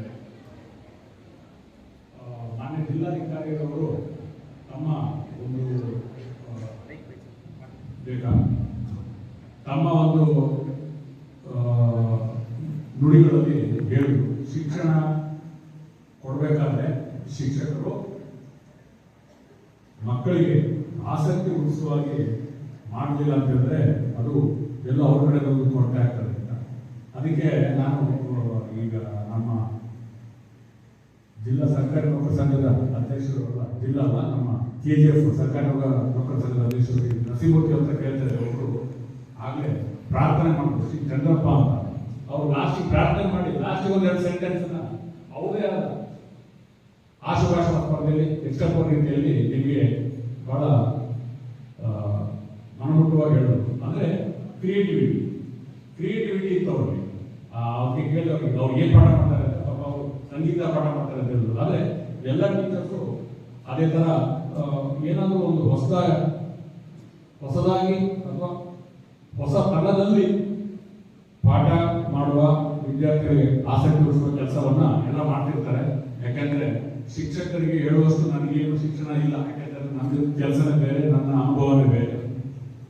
ಯಾವಾಗಲೂ ನಾನು ಹೇಳ್ತಾ ಇರ್ತೀನಿ, ಪ್ರತಿ ಒಂದು ಈ ತರ ಶಿಕ್ಷಕರ ಕಾರ್ಯಕ್ರಮ ಹೋದಾಗ ಸೆಪ್ಟೆಂಬರ್ 5ಕ್ಕೆ ಹಾಕಿರ್ತಾರೆ, ಈ ಒಂದು ಶಿಕ್ಷಕರ ದಿನಾಚರಣೆಯ ಶುಭಾಶಯಗಳನ್ನು ನೀವು ಓದುವ ಆಗಿದ್ರೆ ನಿಮಗೆ ಕಲಿಸಿದ ಗುರುಗಳಿಗೆ ನೀವು ಧನ್ಯವಾದಗಳನ್ನು ತಿಳಿಸಿ. ಹಾಗಾಗಿ ಗುರುಗಳನ್ನು ನಾವು ಯಾವಾಗಲೂ ಗೌರವಿಸಬೇಕು. ಈ ವಿಚಾರದಲ್ಲಿ ಪಾಠ ಮಾಡೋದು ಹೇಗೆ ಅಥವಾ ಅದರ ವಿದ್ಯಾರ್ಥಿಗಳೊಂದಿಗೆ ಆಸಕ್ತಿ ಹುಟ್ಟಿಸೋದು ಹೇಗೆ, ಅವ್ರ ಕಡೆಯಿಂದ ಉತ್ತಮ ಒಂದು ಪರ್ಫಾರ್ಮೆನ್ಸ್ ಯಾವ ರೀತಿ ತಗೋಬೇಕು ಅನ್ನೋದು ಶಿಕ್ಷಕರಿಗೆ ಗೊತ್ತಿರ್ತದೆ. ಮೇಡಮ್ ಅವರು BO ಇದ್ದಾರೆ, DDP ಇದ್ದಾರೆ, ಅವರೆಲ್ಲ ಎಕ್ಸ್ಪರ್ಟ್ಸ್. ನಾವೇನು ಹೇಳ್ಬೋದಪ್ಪ ಅಂತ ಹೇಳಿದ್ರೆ, ಆಸ್ ಎ ಸ್ಟೂಡೆಂಟ್, ನಾವು ಸ್ಟೂಡೆಂಟ್ ಆಗಿದ್ದಾಗ ಈ ತರ ಕಾರ್ಯಕ್ರಮಗಳು ಬಹಳ ವಿರಳವಾಗಿವೆ, ಇಲ್ಲ ಅಂತ ಹೇಳಬಹುದು. ಸೊ ಇದೆಲ್ಲ ನಿಮ್ಮ ಒಂದು ಇದು ಏನಂತಾರೆ ಅದೃಷ್ಟ ಅಂತ ನೀವು ಅನ್ಕೋಬೇಕು. ನಾನು ಇಡೀ PUC ತನಕ ಈ ತರ ಹಿರಿಯ ಅಧಿಕಾರಿಗಳು ಬಂದ್ಬಿಟ್ಟು ಇಷ್ಟು ಮುಂದೆ ಒಂದೇ ಕೇಳಿರೋದು ಬಹಳ ಕಡಿಮೆ ಕಾರ್ಯಕ್ರಮ ಮಾಡಿಬಿಟ್ಟಿದ್ದೀವಿ ನಾವು. ಹಾಗಾಗಿ ಒಂದು ಅವಕಾಶ ಸಿಕ್ಕಿದೆ. ಈಗ ಬಹಳ ಕ್ರಿಯೇಟಿವ್ ಆಗಿ ಪ್ರೊಆಕ್ಟಿವ್ ಆಗಿ ಶಿಕ್ಷಣ ಇಲಾಖೆಯವರು ಇಷ್ಟೆಲ್ಲ ಕಾರ್ಯಕ್ರಮಗಳನ್ನು ಮಾಡ್ತಾ ಇದ್ದಾರೆ. ಯಾಕೆ ಮಾಡ್ತಾ ಇದ್ದಾರೆ? ನೀವೆಲ್ಲ ಉತ್ತೀರ್ಣರಾಗಬೇಕು ಅಂತ.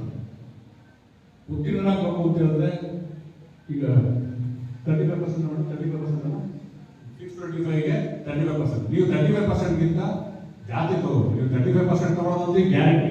ಇವೆಲ್ಲ ಪಾಸ್ ಆಗ್ತದೆ. ನನಗೆ ನಾನು ಈಗ ಹೇಳ್ತಾ ಇದ್ದೀನಿ, ಇಲ್ಲಿ ಬಂದಾಗೆಲ್ಲ ಪಾಸ್ ಆಗ್ತೀರಾ, ಹೌದಾ?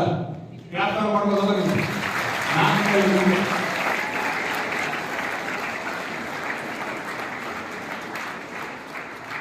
ಪಾಸ್ ಆಗೋದ್ರಲ್ಲಿ ಯಾವುದೇ ಸಂದೇಹ ಇಲ್ಲ. ಈಗ ಅದಕ್ಕಿಂತ ಹೆಚ್ಚಿಗೆ ಎಷ್ಟು ಮಾರ್ಕ್ಸ್ ತೆಗಿತೀರಾ ಅಂತ. ಆಮೇಲೆ ಬಹಳ ಜನಕ್ಕೆ ಇರ್ಬೋದು, ಈಗ ಬಹಳಷ್ಟು ನಾವೆಲ್ಲ ನೋಡ್ತಾ ಇರ್ತೀವಿ, ನಮ್ಮ ಮಾನ್ಯ ಮಾನ್ಯ ಜಿಲ್ಲಾಧಿಕಾರಿಗಳು ಪ್ರಸ್ತಾಪ ಮಾಡಿದ ಹಾಗೆ ಪೇರೆಂಟ್ಸ್ ಅವರು ಕಡಿಮೆ ತಂದಿರ್ತಾರೆ, ಆದ್ರೂ ಸಹಿತ ಮಕ್ಕಳನ್ನ ಚೆನ್ನಾಗಿ ಇರ್ಬೋದು. ಅವರು ಮತ್ತೆ ಕೊನೆಯ ತಮ್ಮ ಸ್ಪೀಚ್ ಅಲ್ಲಿ ಹೇಳಿದ್ರು ಮಾನ್ಯ ಜಿಲ್ಲಾಧಿಕಾರಿಗಳು, ಯಾವುದೇ ತಂದೆ ತಾಯಿಗಳಿಗೆ ಮಕ್ಕಳು ನಮ್ಗಿಂತ ಹೆಚ್ಚಿಗೆ ಪ್ರೋಗ್ರೆಸ್ ಆಗಲಿ, ಉತ್ತಮ ಸಾಧನೆ ಮಾಡಲಿ ಅಂತ ಇರ್ತದೆ. ಹಾಗಾಗಿ ಅವರ ಒಂದು ಪರಿಶ್ರಮ, ಅವರ ತ್ಯಾಗ, ಅವರ ಮನೋಭಾವನ ನೀವು ಗೌರವಿಸಬೇಕು. ಹಾಗಾಗಿ ನಿಮ್ಮ ತಂದೆ ತಾಯಿಯವರು ಎಷ್ಟು ಪರ್ಸೆಂಟೇಜ್ ತೆಗೆದಿದ್ದಾರೆ ಅನ್ನೋದು ಈಗ ಇಡೀ ನಿಮ್ಗೆ ಅವರು ಅವರ ಜೀವನದಲ್ಲಿ ಸಾಧನೆ ಮಾಡಿ ಅವರ ಜೀವನದಲ್ಲಿ ಒಂದು ಕಟ್ಟಕ್ಕೆ ಬಂದಿದ್ದಾರೆ. ಈಗ ಏನು ಸಾಧನೆ ಮಾಡದೇ ಇರೋರು ಅಥವಾ ಇನ್ನೂ ನಿಮ್ಗೆ ಇನ್ನೂ ಮುಂದೆ ಸಾಧನೆ ಮಾಡಲಿಕ್ಕೆ ಅವಕಾಶ ಇರ್ತಕ್ಕಂಥ ಯಾರು? ನಿಮ್ಮ ಪೇರೆಂಟ್ಸ್ ನೀವು ತಾನೆ. ಸೊ ನೀವು ಚೆನ್ನಾಗಿ ಅದನ್ನ ಮನೋಭಾವ ಬೆಳೆಸ್ಕೋಬೇಕು. ಒಂದು ಸಲಿ ಮೊಬೈಲ್ ಎಷ್ಟು ಜನದ್ದು ಆಯ್ತು, ಮೊಬೈಲ್ ಇಟ್ಕೊಳ್ಳೋದು ಅದು ಮನೇಲಿ ಇರ್ತಾರೆ. ನಿಮಗೆ ಮೊಬೈಲ್ ಇದೆ, ಸ್ಟೂಡೆಂಟ್ಸ್ಗೆ ಮೊಬೈಲ್ ಇರ್ತದಕ್ಕಿದೆ, ಆಯ್ತು, ತೊಂದರೆ ಇಲ್ಲ. ಆಯ್ತು, ಈಗ ಅದನ್ನ ಯಾಕೆ ಹೇಳ್ತಾರೆ ಅಂತಂದ್ರೆ ಮೊಬೈಲ್ ಅಲ್ಲಿ ಸೋಷಿಯಲ್ ಮೀಡಿಯಾದಲ್ಲಿ ಇರ್ತೀರಾ, ಬಿ ಕೇರ್ಫುಲ್. ನಿಮ್ಮ ತಂದೆದು ಬ್ಯಾಂಕ್ ಅಕೌಂಟ್ ಏನಾದರೂ ನಿಮ್ಮ ಮೊಬೈಲ್ ಅಲ್ಲಿ ಇದ್ರೆ, ಸ್ಮಾರ್ಟ್ ಫೋನ್ ಇದ್ರೆ, don't accept any stranger's friend request social media, Facebook, Instagram, WhatsApp, YouTube, ಏನೇನು ನಮ್ಮನ್ನ ಇಂಟರ್ನೆಟ್ ಮೂಲಕ ಹೊರಗಿನ ಪ್ರಪಂಚದ ಜೊತೆಗೆ ಕಾಂಟ್ಯಾಕ್ಟ್ ಮಾಡ್ತದೆ. They are all very very double edge. ಅಂದ್ರೆ ನಿಮಗೆ ಮಾಹಿತಿ ಕೊಡ್ತದೆ, ನಿಮ್ಮ ಮಾಹಿತಿ ಸಹಿತ ಕಣ್ಣ ಆಗ್ತಾ ಇರುತ್ತೆ. It will be stealing your information. ಈಗ ಚಾಟ್ GPT ಅಥವಾ ಡೀಪ್ ಸೀಕರ್ ಏನಾದ್ರು ಹೊಸ ಆರ್ಟಿಫಿಷಿಯಲ್ ಇಂಟೆಲಿಜೆನ್ಸ್ ಸಾಫ್ಟ್ವೇರ್ ಬರ್ತಾ ಇದ್ದಾರೆ, ಅದನ್ನೆಲ್ಲ ನೀವು ನಿಮ್ಮ ಮೊಬೈಲ್ ಅಲ್ಲಿ ಹಾಕೊಂಡ್ರೆ ಡೆಫಿನೆಟ್ಲಿ ಅವರು ಅವ್ರದೇ ಆದ ಆಲ್ಗರಿದಮ್ ಅಲ್ಲಿ they will be collecting all the information. ಇದು ಯಾಕೆ ಹೇಳ್ತಾರೆ ಅಂತ ಹೇಳಿದ್ರೆ ಟೆಕ್ನಾಲಜಿ ಈಸ್ ಡಬಲ್ ಎಡ್ಜ್ ಅಂತ ಹೇಳಿದ್ರೆ ನಿಮಗೆ ಅದು ಮಾಹಿತಿ ಕೊಡುತ್ತೆ, ನಿಮಗೆ ಹೊರಗಿನ ಪ್ರಪಂಚಕ್ಕೂ ನಿಮ್ಮನ್ನು ಅದು ಎಕ್ಸ್ಪೋಸ್ ಮಾಡುತ್ತೆ. So be careful. ಸೊ ಇವಾಗ 34 days ಉಳಿದಿದೆ ಎಕ್ಸಾಮ್. 34 days ಉಳಿದಿದೆ ಎಕ್ಸಾಮ್. ಈಗ ಎಷ್ಟೇ ಉಳಿದಿದೆ ಎಕ್ಸಾಮ್? 34 days ಉಳಿದಿದೆ ಅಲ್ವಾ? ಆಯ್ತು, 35 days. ಇವಾಗ ನೀವು ಡೇಸ್ ಯಾಕೆ ಈಗ ಹಾಕೊಂಡಿದ್ದೀರಿ, ಗಂಟೆಗಳಲ್ಲಿ ಯಾಕೆ ಹಾಕೊಳ್ಳೋದು? ಡೇಸ್ ಮುಗಿತೀವಿ, ಡೇಸ್ ಮುಗಿದೋಯ್ತು ಇವಾಗ. ಸೊ ನೀವೆಲ್ಲ ಟೈಮ್ ಟೇಬಲ್ ಹಾಕೊಂಡಿದ್ದೀರಾ. ಈಗ ಎಲ್ಲ ಓದಿರ್ತಕ್ಕಂಥ ಸ್ಟೂಡೆಂಟ್ಸು ಡಿಸೆಂಬರ್ ತನಕ ನಿಮ್ಮ ಎಲ್ಲ ಸ್ಟಡೀಸ್ ಕಂಪ್ಲೀಟ್ ಮಾಡಿದ್ದೀರಾ, ಸಿಲೆಬಸ್ ಕಂಪ್ಲೀಟ್ ಮಾಡಿದ್ದಾರೆ ಮಾನ್ಯ DDP ಅವರು ಮತ್ತು ಅವರ ತಂಡದವರೆಲ್ಲ. ಇವಾಗ ರಿವಿಷನ್ ಮಾಡಲಿಕ್ಕೆ ಸ್ಟಾರ್ಟ್ ಮಾಡಿರ್ತಾರೆ. ನೀವು ರಿವಿಷನ್ ಮಾಡಬೇಕು, ಟೈಮ್ ಟೇಬಲ್ ಹಾಕಬೇಕು. ಟೈಮ್ ಟೇಬಲ್ ಹಾಕೊಂಡಾಗ ನೀವು 3 Ds ನೆನ್ಪಿಟ್ಕೋಬೇಕು. 3 Ds ಯಾರು ಹೇಳ್ತೀರಾ? 3 D ಬೇಕು ವಿದ್ಯಾರ್ಥಿಗಳಿಗೆ. ಯಾರು ಹೇಳ್ತೀರಾ? 3 Ds. ಆಯ್ತು, ನಾನು ಒಂದು ಹೇಳ್ತೀನಿ. ಡಿಟರ್ಮಿನೇಷನ್, ಡೆಡಿಕೇಶನ್ ಮತ್ತೆ ಡಿಸಿಪ್ಲಿನ್. ಈ 3 Dಗಳು ನಿಮ್ಗೆ ಇರಬೇಕು. ಎಲ್ಲರಿಗೂ ನಿಮ್ಗಲ್ಲ, ನನಗೂ ಇರಬೇಕು. ಎವ್ರಿ ಡೇ ನಮ್ಮ ದಿವಂಗತ ತಂದೆಯವರು ಹೇಳ್ತಾ ಇದ್ರು, ಅವರು ಈಗ ಸ್ವರ್ಗವಾಸಿ ಆಗಿದ್ದಾರೆ, ಅವ್ರು ಹೇಳ್ತಾರೆ ಪ್ರತಿದಿನ ನಾವು ಕಲಿಬೇಕು. Everybody going to learn one or every day. ಎಲ್ಲರೂ ವಿದ್ಯಾರ್ಥಿಗಳಾಗಿದ್ದಾಗ ಮಾತ್ರ ನಾವು ಜೀವನನ ಜೀವನದನ್ನ ನಾವು ಸರಿಯಾಗಿ ನಿರ್ವಹಣೆ ಮಾಡಕ್ಕೆ ಸಾಧ್ಯ. ಸೊ ಇದನ್ನ ಈ 3 Dಗಳನ್ನ ನೀವು ಸರಿಯಾಗಿ ಇಟ್ಕೋಬೇಕು. ಈಗ ಡಿಟರ್ಮಿನೇಷನ್ ಮಾಡಿದ್ರಿ, ನಾನು SSLC ಒಳ್ಳೆ ಪರ್ಸೆಂಟೇಜ್ ತೆಗಿಬೇಕು ಅಂತ, ಅದಕ್ಕೆ ನೀವೇನ್ ಮಾಡಬೇಕು? ಡೆಡಿಕೇಶನ್. ಹೌದಪ್ಪ, ನಾನು ಅದನ್ನ ಸರಿಯಾದ ಕಾರ್ಯಕ್ರಮ ಹಾಕೋಬೇಕು ಅಂತ ನೀವು ಅದಕ್ಕೆ ತೊಡಸ್ಕೋಬೇಕು ನಿಮ್ಮನ್ನ. ಅದು ಡೆಡಿಕೇಶನ್. ಡಿಸಿಪ್ಲಿನ್ ಅಂತ ಹೇಳಿದ್ರೆ ಏನು? ಕೈ ಕಟ್ಕೊಂಡು ಕೂತ್ಕೊಳ್ಳೋದಕ್ಕೆ ಅದು ಡ್ರಿಲ್ ಮಾಡೋದ, ಪೊಲೀಸರು ಡ್ರಿಲ್ ಮಾಡ್ತಾ ಅದು ಡಿಸಿಪ್ಲಿನ್ ಬೇರೆ. That is on ground discipline. Student discipline is different. Student discipline ಅಂದ್ರೆ ಏನು? ನೀವು ಒಂದು ಟೈಮ್ ಟೇಬಲ್ ಹಾಕಬೇಕು. ಪ್ರತಿದಿನ ನನಗೆ ಪಾಠ ಓದೋದಿರಲಿ, ಇರಲಿ ಇಲ್ಲದೆ ಇರಲಿ, ಭಾನುವಾರ ಇರಲಿ, ಹಬ್ಬ ಇರಲಿ, ನಾನು ಇಷ್ಟು ಗಂಟೆಗೆ ಹೇಳ್ಬೇಕು. ಎಷ್ಟು ಗಂಟೆಗೆ ಹೇಳ್ಬೇಕು? ಸ್ಕೂಲ್ 9 ಗಂಟೆಗೆ ಇದ್ರೆ 8:30 ಎದ್ಬಿಟ್ಟು ಓಡೋಗ್ಬೋದು ಸ್ಕೂಲ್ಗೆ. ಅದ ನೋ. ಹಾಗಾದ್ರೆ ಕೆಲವರು 1 hour ಇರುತ್ತೆ ಟ್ರಾವೆಲ್ ಟೈಮ್, ಅವರು 7:30 ಎದ್ದು ಬರೋದಲ್ಲ.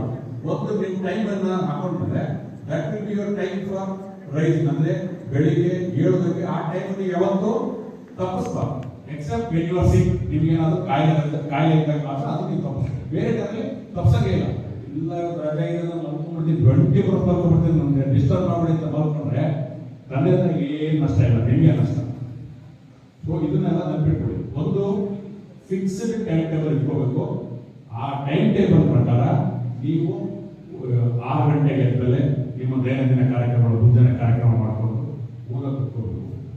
ಓದಕ್ಕೆ ಕೂತ್ಕೊಂಡ್ಮೇಲೆ 6 ಗಂಟೆಗೆ ಹೇಳ್ಬೇಕು, 5 ಗಂಟೆಗೆ ಹೇಳ್ಬೇಕು, ನೀವು ಬಿಟ್ಟಿದ್ದು ಒಟ್ಟೆ ಮಾಡ್ಕೊಂಡ್ರೆ ಅದಕ್ಕೆ ಸ್ಟಿಕ್. 6 ಗಂಟೆಗೆ ಹೇಳ್ಬೇಕು ಅಂತಂದ್ರೆ 6 ಗಂಟೆಗೆ ಹೇಳ್ಬೇಕು, 6 ಗಂಟೆ 1 ನಿಮಿಷ ಹೇಳ್ಬೇಕು, ಮತ್ತೆ ಡಿಸಿಪ್ಲಿನ್. ಅದನ್ನ ಪ್ರತಿದಿನ ಮಾಡಬೇಕು, ಇವಾಗಲ್ಲ. ತಿರುಗಿ ನೀವು ಎಲ್ಲಿ ನಿಮ್ಮ ಡಿಗ್ರಿ ಮುಗಿಸಿ, ಮಾಸ್ಟರ್ ಡಿಗ್ರಿ ಮುಗಿಸಿ, PhD ಮುಗಿಸಿ ನೀವು ಇದಕ್ಕೆ ಒಳ್ಳೊಳ್ಳೆ ನೌಕರಿ ಸೇರ್ತಿರೋ ಅಲ್ಲಿ ತನಕ ಇರಬೇಕು. ನೌಕರಿ ಸೇರಿದ್ಮೇಲೂ ಸಹಿತ ಇರಬೇಕು to have your competitive edge. ಅಂದ್ರೆ ಒಂದ್ಸರಿ ನೌಕರಿ ಸೇರಿದ ತಕ್ಷಣ ಮುಗಿಯಲ್ಲ, ಅಲ್ಲೂ ಸಹಿತ ಮತ್ತೆ ಕಾಂಪಿಟೇಷನ್ ಇರುತ್ತೆ. This competition will never end till our last breath. Competition ಏನು? ನಮಗೆ ನಾವೇ.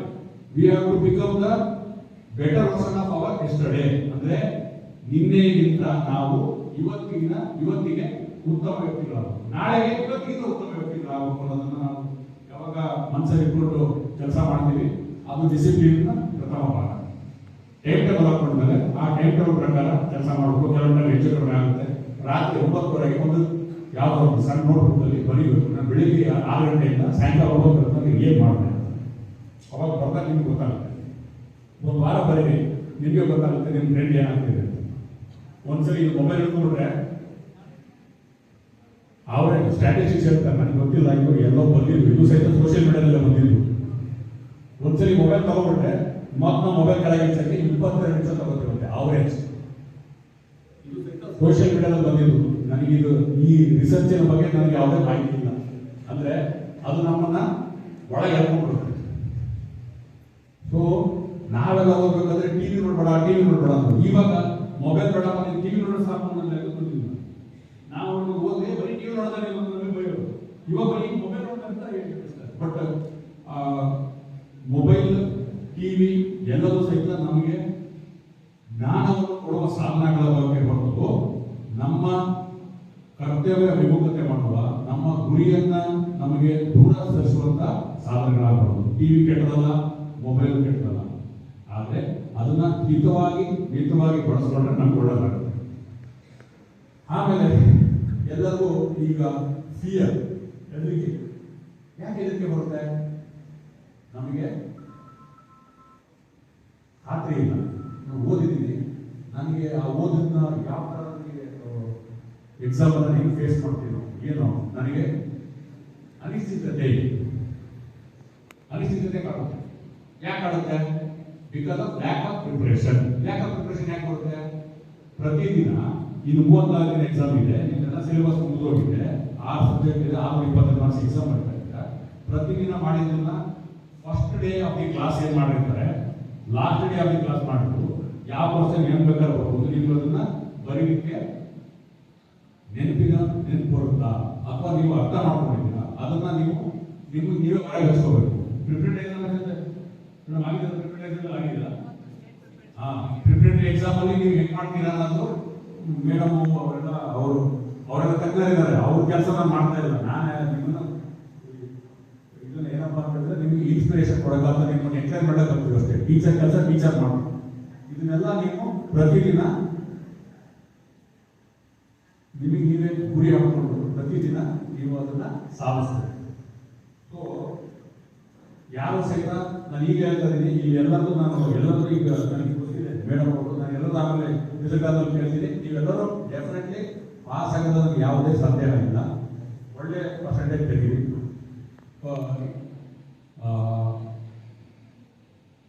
TNCಗೆ ಅಥವಾ ಇವರಿಗೆ ಎಡ್ಮಂಡ್ ಹಿಲ್ಲರಿಗೆ ಕೇಳಿದಂತೆ, ನೀವು ಯಾಕೆ Mount Everest ಹತ್ತಿದ್ರಿ?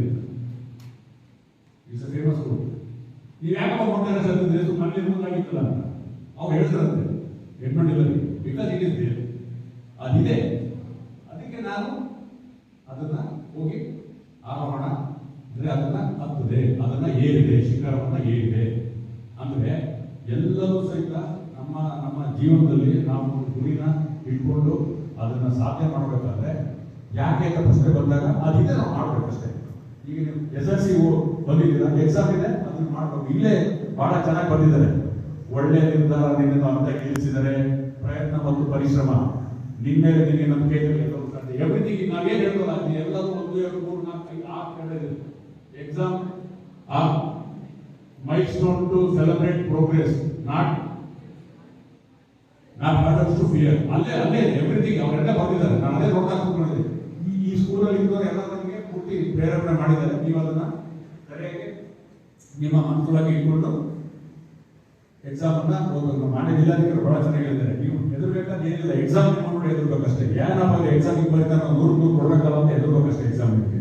So fear has 2 meanings. Flee everything and run ಅಂತ, ಎಲ್ಲದನ್ನು ಬಿಟ್ಟು ಓಡೋದು, ಅಥವಾ ಫೇಸ್ ಎವ್ರಿಥಿಂಗ್ ಅಂಡ್ ರೈಸ್. ಫಿಯರ್ನ ನಾವು ಅಕ್ರಮಿಗೆ ಮಾಡಿದ್ರೆ ಸೊ ನೀವೇನ್ ಮಾಡ್ತೀರಾ ಈಗ?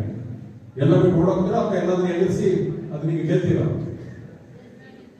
ಯಾವ್ದು ಮಾಡ್ತೀರಾ? ಎರಡನೇ ಮಾಡ್ತೀರಾ ಮೊದಲನೇ ಮಾಡ್ತೀರಾ?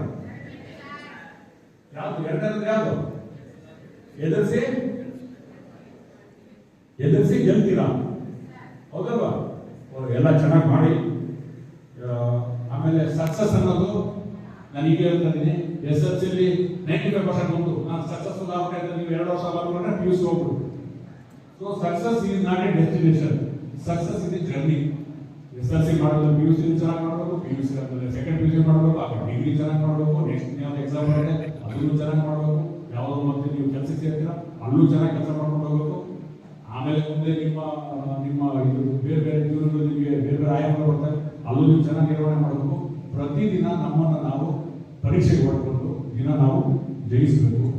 ಅದಕ್ಕೋಸ್ಕರ ಫೇಸ್ ಎವ್ರಿಥಿಂಗ್ ಅಂಡ್ ರೈಸ್ ಅಂತ ಎಲ್ಲರೂ ಆ ಒಂದು ಅಂಶನ ಗಮನದಲ್ಲಿಟ್ಕೊಂಡು ಚೆನ್ನಾಗಿ ಓದಿ. ಯಾವ ಥರ ಎಕ್ಸಾಮ್ ಪ್ರಿಪ್ರೇಷನ್ ಆಗಬೇಕು, ಕ್ವಶನ್ಗಳು ಯಾವ ಥರ ನೋಡಬೇಕು ಅದನ್ನೆಲ್ಲ ಹೇಳ್ತಾರೆ. ಬಟ್ ನನಗೆ ಗೊತ್ತಿರೋದು ಏನಪ್ಪ ಅಂತ ಹೇಳಿದ್ರೆ, you must attempt all questions and you must attempt ಎಲ್ಲ ಕ್ವಶನ್ ಅನ್ನ ಸರಿಯಾಗಿ ಬರೀಬೇಕು. ಕೆಲವು ನಮ್ಗೆಲ್ಲ ಹೇಳ್ತಾರೆ ಇಂಗ್ಲೀಷಲ್ಲಿ ಇದ್ದಾಗ ಆ ಕ್ವಶನ್ ಎಲ್ಲ ಉಲ್ಟಾ ಬರ್ಕೊಂಡ್ಬಿಟ್ಟೆ ನಾನು ಅಂತ. ನಮ್ಗೆಲ್ಲ ಆಗಲ್ಲ ಇವಾಗ. ಹಿಂದೆ ಹೇಳ್ತಾ ಇದ್ರು ನಾವು ಅಂದ್ರೆ ನಮ್ಮ ಚಿಕ್ಕಪ್ಪ ಅಂದ್ರೆ ನಮ್ಗೆ ಹೇಳ್ತಾ ಇದ್ರು ಹಂಗೆ. ಇವಾಗ ಹಂಗೆಲ್ಲ ಇಲ್ಲ. ಯಾವ ತರ ಕ್ವಶನ್ ಉಲ್ಟಾ ಬರ್ಕೊಂಡ್ಬಿಟ್ಟೆ ಅವಾಗಿತ್ತು.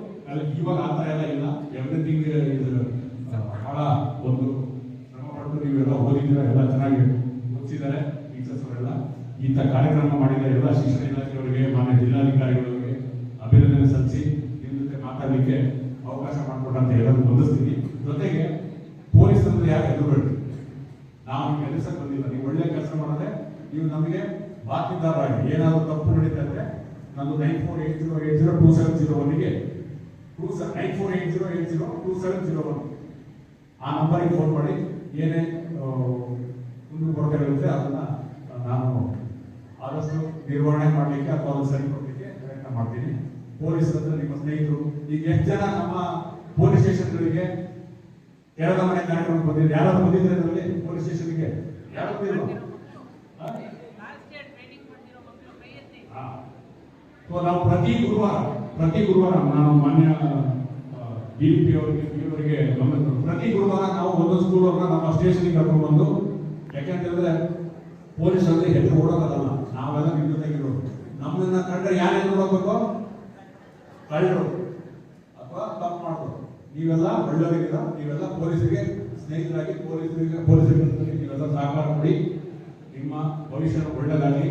ನೀವು ಸಹಿತ ಮುಂದಿನ ದಿನಗಳಲ್ಲಿ ಮಾನ್ಯ ಜಿಲ್ಲಾಧಿಕಾರಿಗಳ ತರ 30 ವರ್ಷದಿಂದ ನಾವು ನಮ್ಮ ಕಾರ್ಯಕ್ರಮ ಮಾಡೋದ್ರಿಂದ ಎಲ್ಲರೂ ಜಿಲ್ಲಾಧಿಕಾರಿಗಳಾಗಬೇಕು ಅನ್ನೋ ಒಂದು ಗುರಿ ಇಟ್ಕೊಂಡು ನಿಮ್ಮ ಸಾಧನೆ ಮಾಡಿ. ದೇವರಿಗೆ ಒಳ್ಳೆಯದು. Thank you. ತುಂಬಾ ಧನ್ಯವಾದಗಳು ಸರ್. ತಮ್ಮ ಅಮೂಲ್ಯವಾದಂತಹ ಮಾತುಗಳಿಂದ ವಿದ್ಯಾರ್ಥಿಗಳಿಗೆ ಸಾಧನೆ ಅನ್ನೋದು ಇದೊಂದು ವರ್ಷ ಅಲ್ಲ, ಪ್ರತಿ ವರ್ಷವೂ ಬರುತ್ತಿರುತ್ತದೆ. ಪ್ರತಿ ವರ್ಷವೂ ಸಾಧನೆ ಮಾಡಿ ಮೇಲೇಳಿ ನೀವೆಲ್ಲ ಒಳ್ಳೆಯ ಮಕ್ಕಳು, ಹಾಗಾಗಿ ತಪ್ಪು ಮಾಡಲ್ಲ, ಉತ್ತಮ ಫಲಿತಾಂಶ ತಗೊಳ್ಳಿ ಅಂತ ಹೇಳಿದಂತ ಶ್ರೀಯುತ ಶಾಂತರಾಜು ಸರ್ ಅವರು KGF ವಲಯದ ಪೊಲೀಸ್ ವರಿಷ್ಠಾಧಿಕಾರಿಗಳಿಗೆ ಧನ್ಯವಾದಗಳನ್ನು ತಿಳಿಸ್ತಾ, ಮಕ್ಕಳೇ ನಿಮ್ಮೆಲ್ಲರಿಗೂ ಊಟದ ವ್ಯವಸ್ಥೆ ಇದೆ.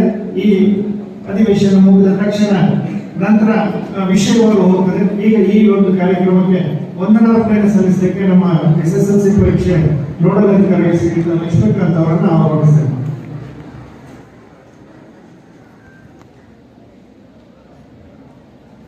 ಈ ದಿನ ಕಲಿಕೆಯಲ್ಲಿ ಇರುವ ವಿದ್ಯಾರ್ಥಿಗಳಿಗೆ ಮಾನ್ಯ ಜಿಲ್ಲಾಧಿಕಾರಿಗಳ ಅಧ್ಯಕ್ಷತೆಯಲ್ಲಿ ಈ ಪ್ರೇರಣಾ ಕಾರ್ಯಕ್ರಮವನ್ನು ಹಮ್ಮಿಕೊಂಡಿದ್ವಿ.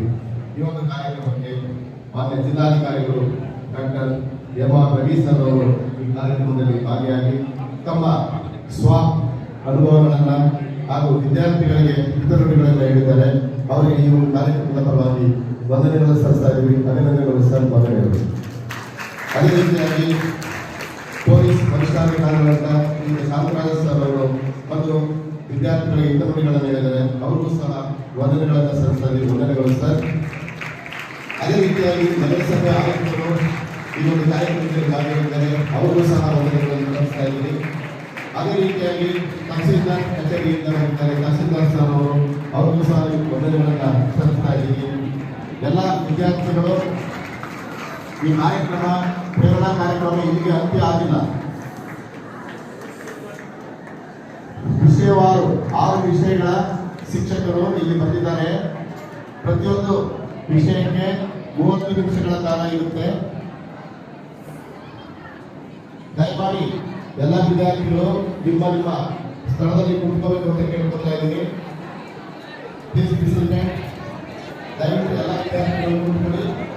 ನಿಮ್ಮ ಶಾಲೆಗಳಿಂದ ಬಂದಿರುವಂಥ ಶಿಕ್ಷಕರು ನಿಮ್ಮ ವಿದ್ಯಾರ್ಥಿಗಳೆಲ್ಲ ಆಸನಗಳಲ್ಲಿ ಕೂರಿಸುವಂಥ ಒಂದು ಕಾರ್ಯವನ್ನು ಮಾಡಬೇಕು. ಈಗ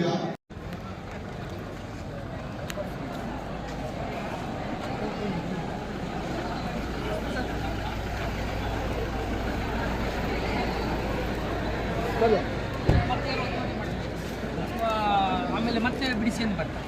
ಆ ಕಾರಣಕ್ಕಾಗಿ ಒಟ್ಟಲ್ಲಿ ಈಗ ಎಲ್ಲ ತಾಲೂಕುಗಳಲ್ಲಿ ಈಗ ನಾವು ಅದನ್ನು ಚಾಲನೆ ಕೊಟ್ಟಿದ್ದೀವಿ. ನಡೀತೀವಿ. ಈ ಹೊತ್ತು ಬೇತ್ಮಾಲ ಕೆರೆನೇ ಅದು ಸುಮಾರು 300-400 ಎಕರೆ ಮೊದಲು ಅವಾಗ ಒಂದ್ಸರಿ ಪೊಲೀಸವರಿಗೆ ಅದ್ರ ಮೇಲೆ ಕಂಪ್ಲೇಂಟ್ ಕೊಟ್ಟು ಕ್ರಿಮಿನಲ್ ಕೇಸು ಆಗಿತ್ತು. ಅದಾದ್ಮೇಲೆ ನಿಂತೋಯ್ತು. ಅಂತ ಕೆರೆ ಒತ್ತುವರಿ ಮೇಲೆ ಈ ಥರ ಕೇಸ್ ಹಾಕೋದು ಅಥವಾ ಒತ್ತುವರಿದಾರ ಯಾರೇ ಆಗಿದ್ರು ಅವ್ರ ಮೇಲೆ ಅವರು ಒಪ್ಕೊಂಡು ಅವರಾಗಿದ್ದು ಅಲ್ಲಿಂದ ತೆರವುಗೊಳಿಸಿಬಿಟ್ರೆ ಭಾಳ ಸಂತೋಷ. ಇದಾದರೆ ಕಾನೂನಿನ ಪರಿಣಾಮ ಇದೆ. ಮೊದಲಿಂದ ತೆರವು ಮಾಡಿದ ತಕ್ಷಣ ರೆಡ್ ಚೋಟ್ ಬಂದ್ಬಿಡ್ತಾ ಇತ್ತು. ಅದು ಹೇಗೆಂದರೆ ಪ್ರತಿಯೊಂದು ಕೆರೆಗೂ ಒಬ್ಬರು ಮಾಲೀಕರು, ಆ ಮಾಲೀಕರನ್ನ ಇಟ್ಕೋತೀವಿ. ಉದಾಹರಣೆಗೆ ಇದು ZP ಕೆರೆ ಆಗಿರುತ್ತೆ, ಮೈನರ್ ಇರಿಗೇಷನ್ ಕೆರೆ ಆಗಿರುತ್ತೆ, ರೆವಿನ್ಯೂ ಇಲಾಖೆ ಕೆರೆ ಆಗಿರುತ್ತೆ. ಆ ಓನರ್ ಜೊತೆಲಿ ಇಟ್ಕೊಂಡು ನಾವು ಅದನ್ನು ಬಿಡಿಸ್ಬಿಟ್ಟು ಅವ್ರಿಗೆ ಬಿಟ್ಬಿಡ್ತೀವಿ. ಅವರು ಅದನ್ನು ಫೆನ್ಸ್ ಹಾಕ್ತಾರೆ, ಟ್ರೆಂಚ್ ಹೊಡ್ಕೊಳ್ತಾರೆ, ಅವ್ರು ಮಾಡ್ಬೇಕು.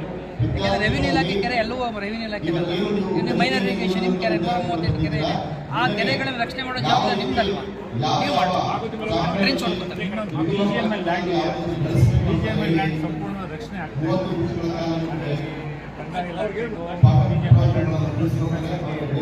ಅದ್ರ ಬಗ್ಗೆ ನನಗಿನ್ನೂ ಮಾಹಿತಿ ಇಲ್ಲ. ಅದ್ರ ಮಾಹಿತಿ ತಗೊಂಡು ಮಾತಾಡ್ತೀನಿ.